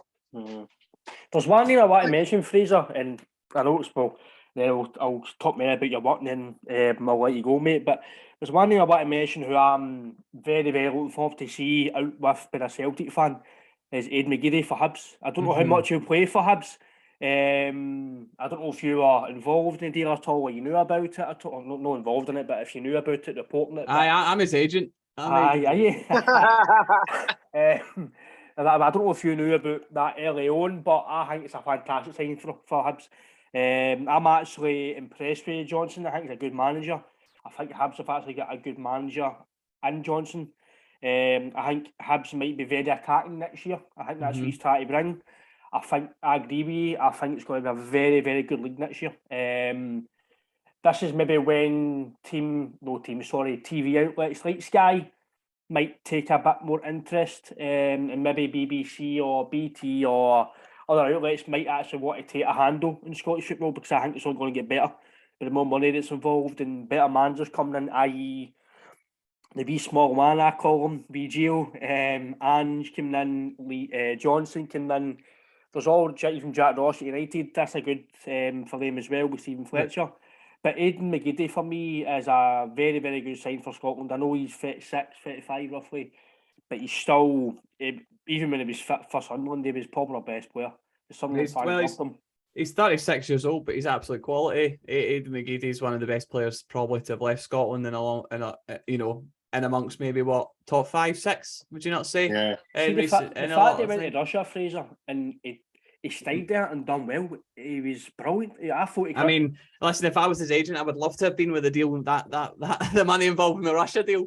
But like the point is, he's a phenomenal player. 36 years old. He is. Sorry, he'll play. He'll play a lot of games for Hibs next year, I think, and I think he'll be a massive influence. They've also signed a winger called Runar Haig from Bodo Glimt, 20-year-old. And that boy Haig at AC Milan's brother? Exactly. That's it. That his brother? So I'm really looking forward to seeing him. And they've also got the boy Melkerson up front from Bodo Glimt too. When they signed last year, I was really excited to see in the league. I think Hibs have got a good squad there. Signed a total baller as well, didn't he, Fraser, from Benfica? I think Jota. Jao, his name is the boy. Jao, that's it. So they've signed a few good players, Hibs, and they've got a good manager, and I think that they'll have an unrecognisable season from what was in their fans' eyes a disaster of last year. Yeah. And they should do. You know, you're used to seeing kind of Rangers and Celtic top 2, and then Hearts and Hibs, Aberdeen below, and I think that will be the case this year. They do have a great squad. I think you'll see Jao, Haig, McGeady, Melkerson up front, really kind of tear teams apart. I'm going to stick below them. I'm going to stick my neck out the line. I think Hibs will finish third. I think they'll finish ahead of Hearts this year for the first time in a long time. I do. I think that the brand of football that he's trying to bring to Hibs, I think especially with Hearts playing Europe, Hearts are going to have a total different a total different dimension of their season next year. They're going to be tired, and they'll probably have a bit of the way Celtic Rangers feel when they're going up to Ross County on a Sunday if they're playing in Europe. I do believe, again, I could have egg in my face at the end of the season, but I do believe Hibs. I do think Hibs will be very, very close up to Hearts this year. Maybe top them. He's out earlier this year, Jason, with old Hugh Keevins. And by the way, he's been up. I think he's been up in Hughes' house eating the cold beans. See, to finish, or just as we come close, I'm not telling you how to do your podcast. Should we do some predictions? Because I'll put some predictions in. I don't mind. Aye, go for it. Right. Aye. What do you want to do? You're the podcast, so you're in charge. Right. Who won the league? Am I going first? Aye, go for it. This is when it gets clipped up and you get egg in your face, innit? That should be clickbait tomorrow. Journalist says this is going to win the league, innit? My opinion, and not as a professional journalist, but as a person. Gosh, that's so hard for me. I think it's What's what you're saying? JP's ready for me, man. Be careful what you're saying. Do you know what I think that. Do you know what? Do you know what? Because I'm going to be the odd one out, innit? So I think that Rangers will win the league.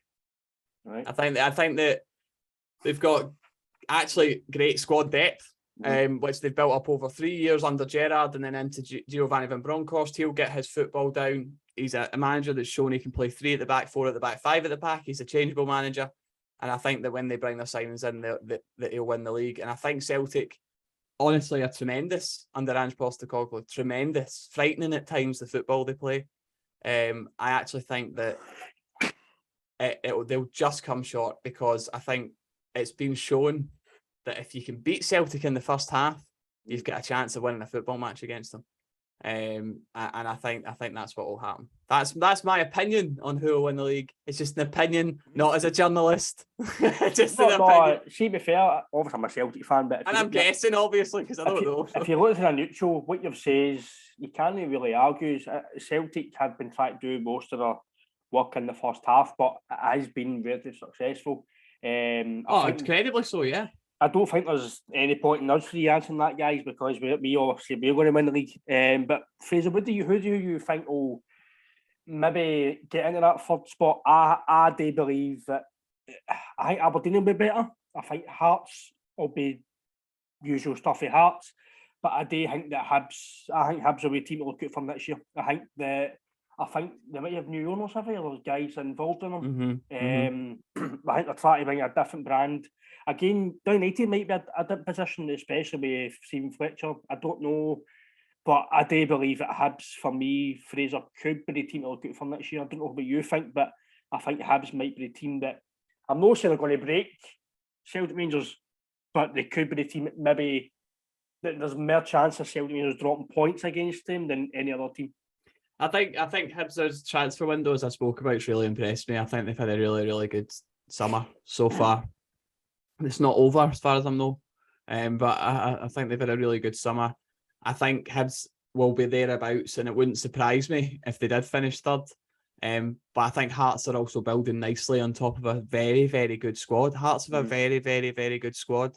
And I know we're talking about the European aspect of things, but that'll only add to their season. I think the dark horses, me and JP are clashing here tonight, but I think the dark horses who might surprise a few people, and I think could slide into the top 6, will be Kilmarnock, because Derek McInnes is a man who knows how to get a result, whether that's grinding out horrible 1-0 wins, and people don't like going to their stadium to play on that pitch. It's been a factor before, and I think there's a lot more solidity around the club, I understand, and a lot better idea of how things are meant to be done now than there has been in recent years that's seen them go down. But if I have to pick one team for third place, do you know what? We'll go for a change. I really like their transfer window. I'm agreeing with you, Ryan. I'll go with Hibs as well for third. Don't know what you think, JP. Obviously, the predictions for probably finishing third, and obviously your opinions, and obviously Fraser's line of work, and what I spoke with Fraser. Just a wee kind of end these information. Well, just try to take in the last couple of things that were said there. it's quite interesting. I thought he was a brilliant journalist. He made his prediction. It's amazing how fast you gaff people in it. No, I'm only kidding.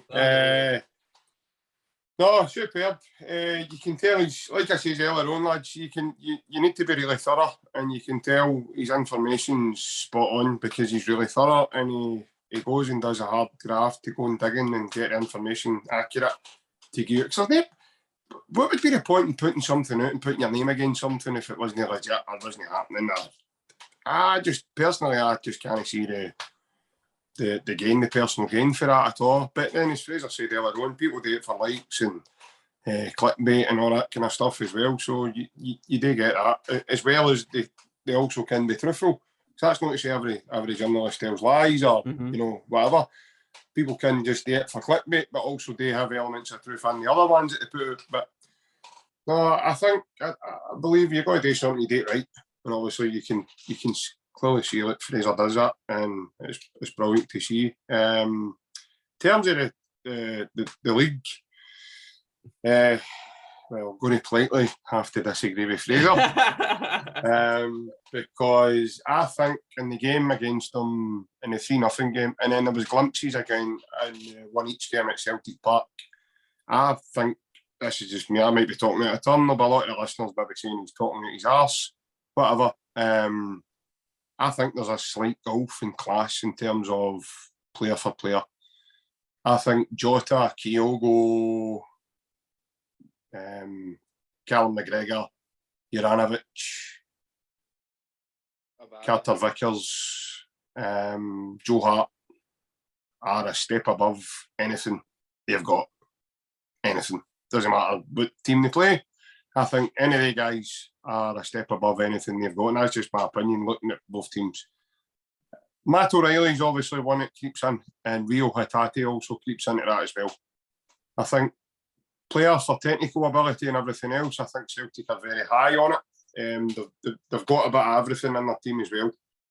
But I get what Fraser's saying. Obviously, they've got an experienced side. They've been together for a number of years.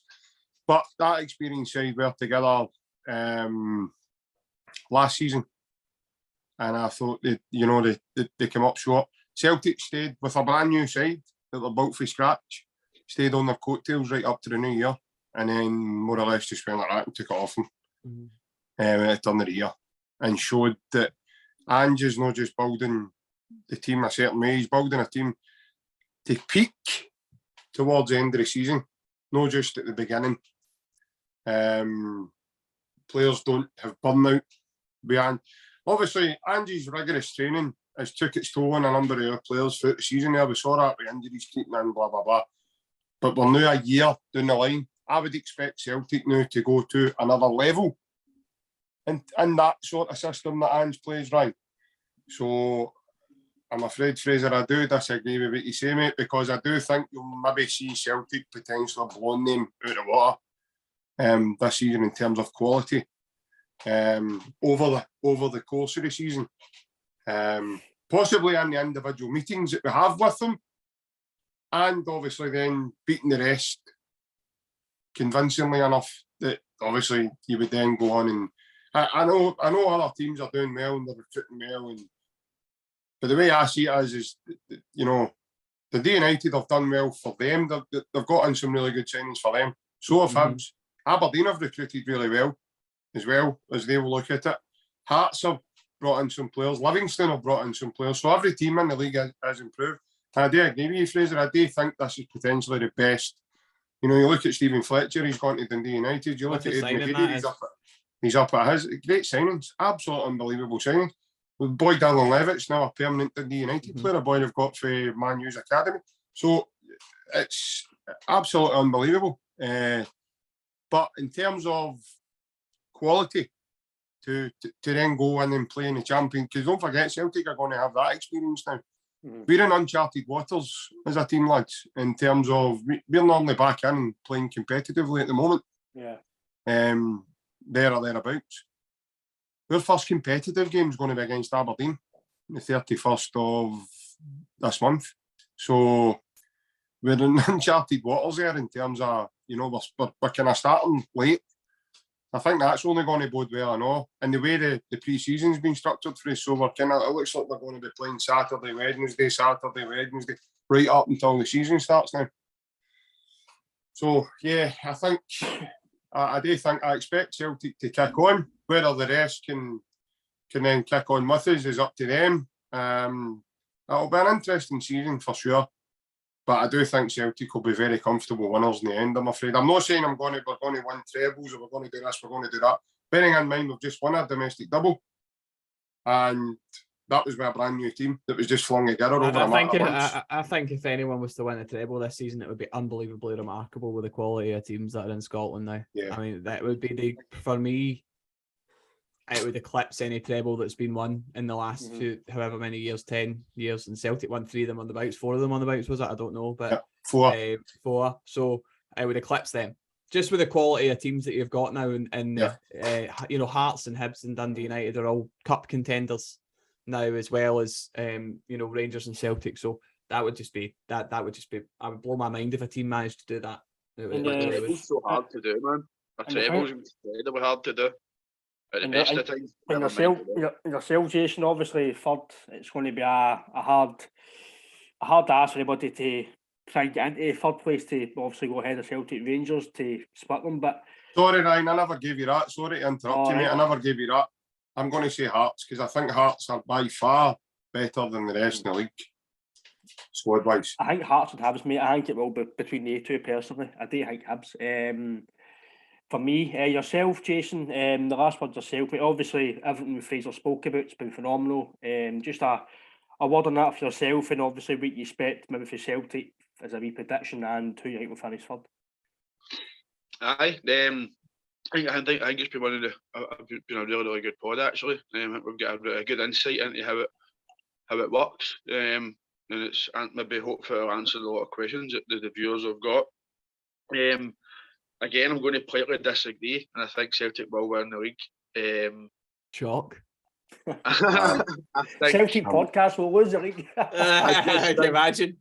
I just think that Shut down by tomorrow. I just think that we've recruited very well. We've not lost anybody. We've strengthened, and I think that we're going to be fitter this year.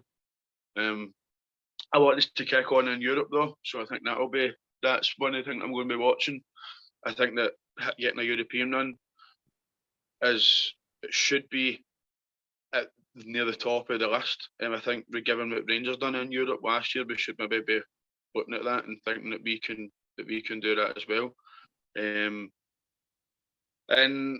I'm going to give it Ryan Fraser. I think Hibs will pinch it to the third. And the third, I think I'm liking, but I've been watching them on Twitter with a pre-season game. I like what they're doing. They're looking strong, they're looking quick, they're looking fit. And I do think, and I've said it in the group chat, I do think Kilmarnock they'll finish 6th.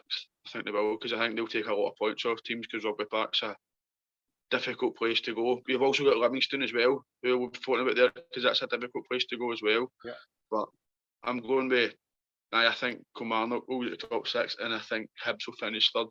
But for me, it's been a very, very good podcast. And we've now got 2 artificial surfaces back in the league again now as well, which is a bit of a gutter, because no team likes going to these kind of places and playing. I believe it's a leveler. People think it's no, it is. We've all played in Astro, and see for Celtic to go to Kilmarnock, see Celtic Park, 9 times, even Rangers, Kilmarnock and Rangers at Ibrox, 9 times out of 10, it's unless Celtic Rangers have a really bad off day, it's normally 2, 3, 4 nothing. But you go to Rugby Park, it's the same team you're playing, but it's a different park, different opposition because of the park. It's the same when you go to like Arbroath, and the Celtic and Arbroath should be 5, 6 nothing. It should be, but because you're playing in that Astro, I know they went Celtic Park a few years ago, but Celtic were hopeless that day. I went to it, they were hopeless. 9 times out of 10, it should be a cricket score. That's just the way football is. But when you go to these Astro parks, it's cold, it's Astro, it's no watered. It is a big difference when these guys are used to playing in absolutely lavish surfaces. It is a big difference. People say it's no, but I think it is to playing football myself. But Aye, Fraser, for me, mate, it's been amazing to speak about the insights of your work and how you go about the process of the deals and the insights. I like to think for fans, maybe turn their head when it comes to maybe being impatient or why is this deal not happening, why is he no signing, why is this no working. So I really appreciate your time, mate, because I know you're really busy. I know we'll probably get you a bit longer, but it's No, I enjoyed it, honestly, I enjoyed it. Thank you. It's been very insightful, mate. But for the future, mate, what's the future for yourself? With just working in the sport industry, you still looking to get back into TV? I love doing the TV. It's really good. I enjoy it. I don't mind kind of being on live TV and stuff and presenting and reporting. So yeah, a bit more of that. I'll still be digging away and writing articles as well. So I might have one coming out on a Celtic signing soon. We shall wait and see. It's exciting times, mate. But more podcasts as well. I've been on a Man United one yesterday and a Celtic one today. So I wonder whose team I'm on tomorrow. Looking forward to it. Well, as I says, mate, it's the fact that you're still plodding away all the time, and obviously you're building a good contact for yourself. And again, I know for the fact that you're very reliable, and I think being reliable, people obviously pick up on that as well. Again, if anybody likes the content, as usual, we're on Twitter. You can Fraser will tag Fraser on Twitter if you want to get an insight from him on his Twitter. Any information, that'll flag up. We're on YouTube. Subscribe to the wee bell when we go live. This isn't live, but it will be on YouTube tomorrow at 10 a.m. And again, we're on Facebook as well. Journalistic Review. Get us on that for any updates and any podcasts. But again, JP, Jason, thanks for your time, lads. My notes are very good insight. And Fraser, thanks for your time, mate. We'll feature again. Thanks, boys. Cheers, lads. Cheers, lads.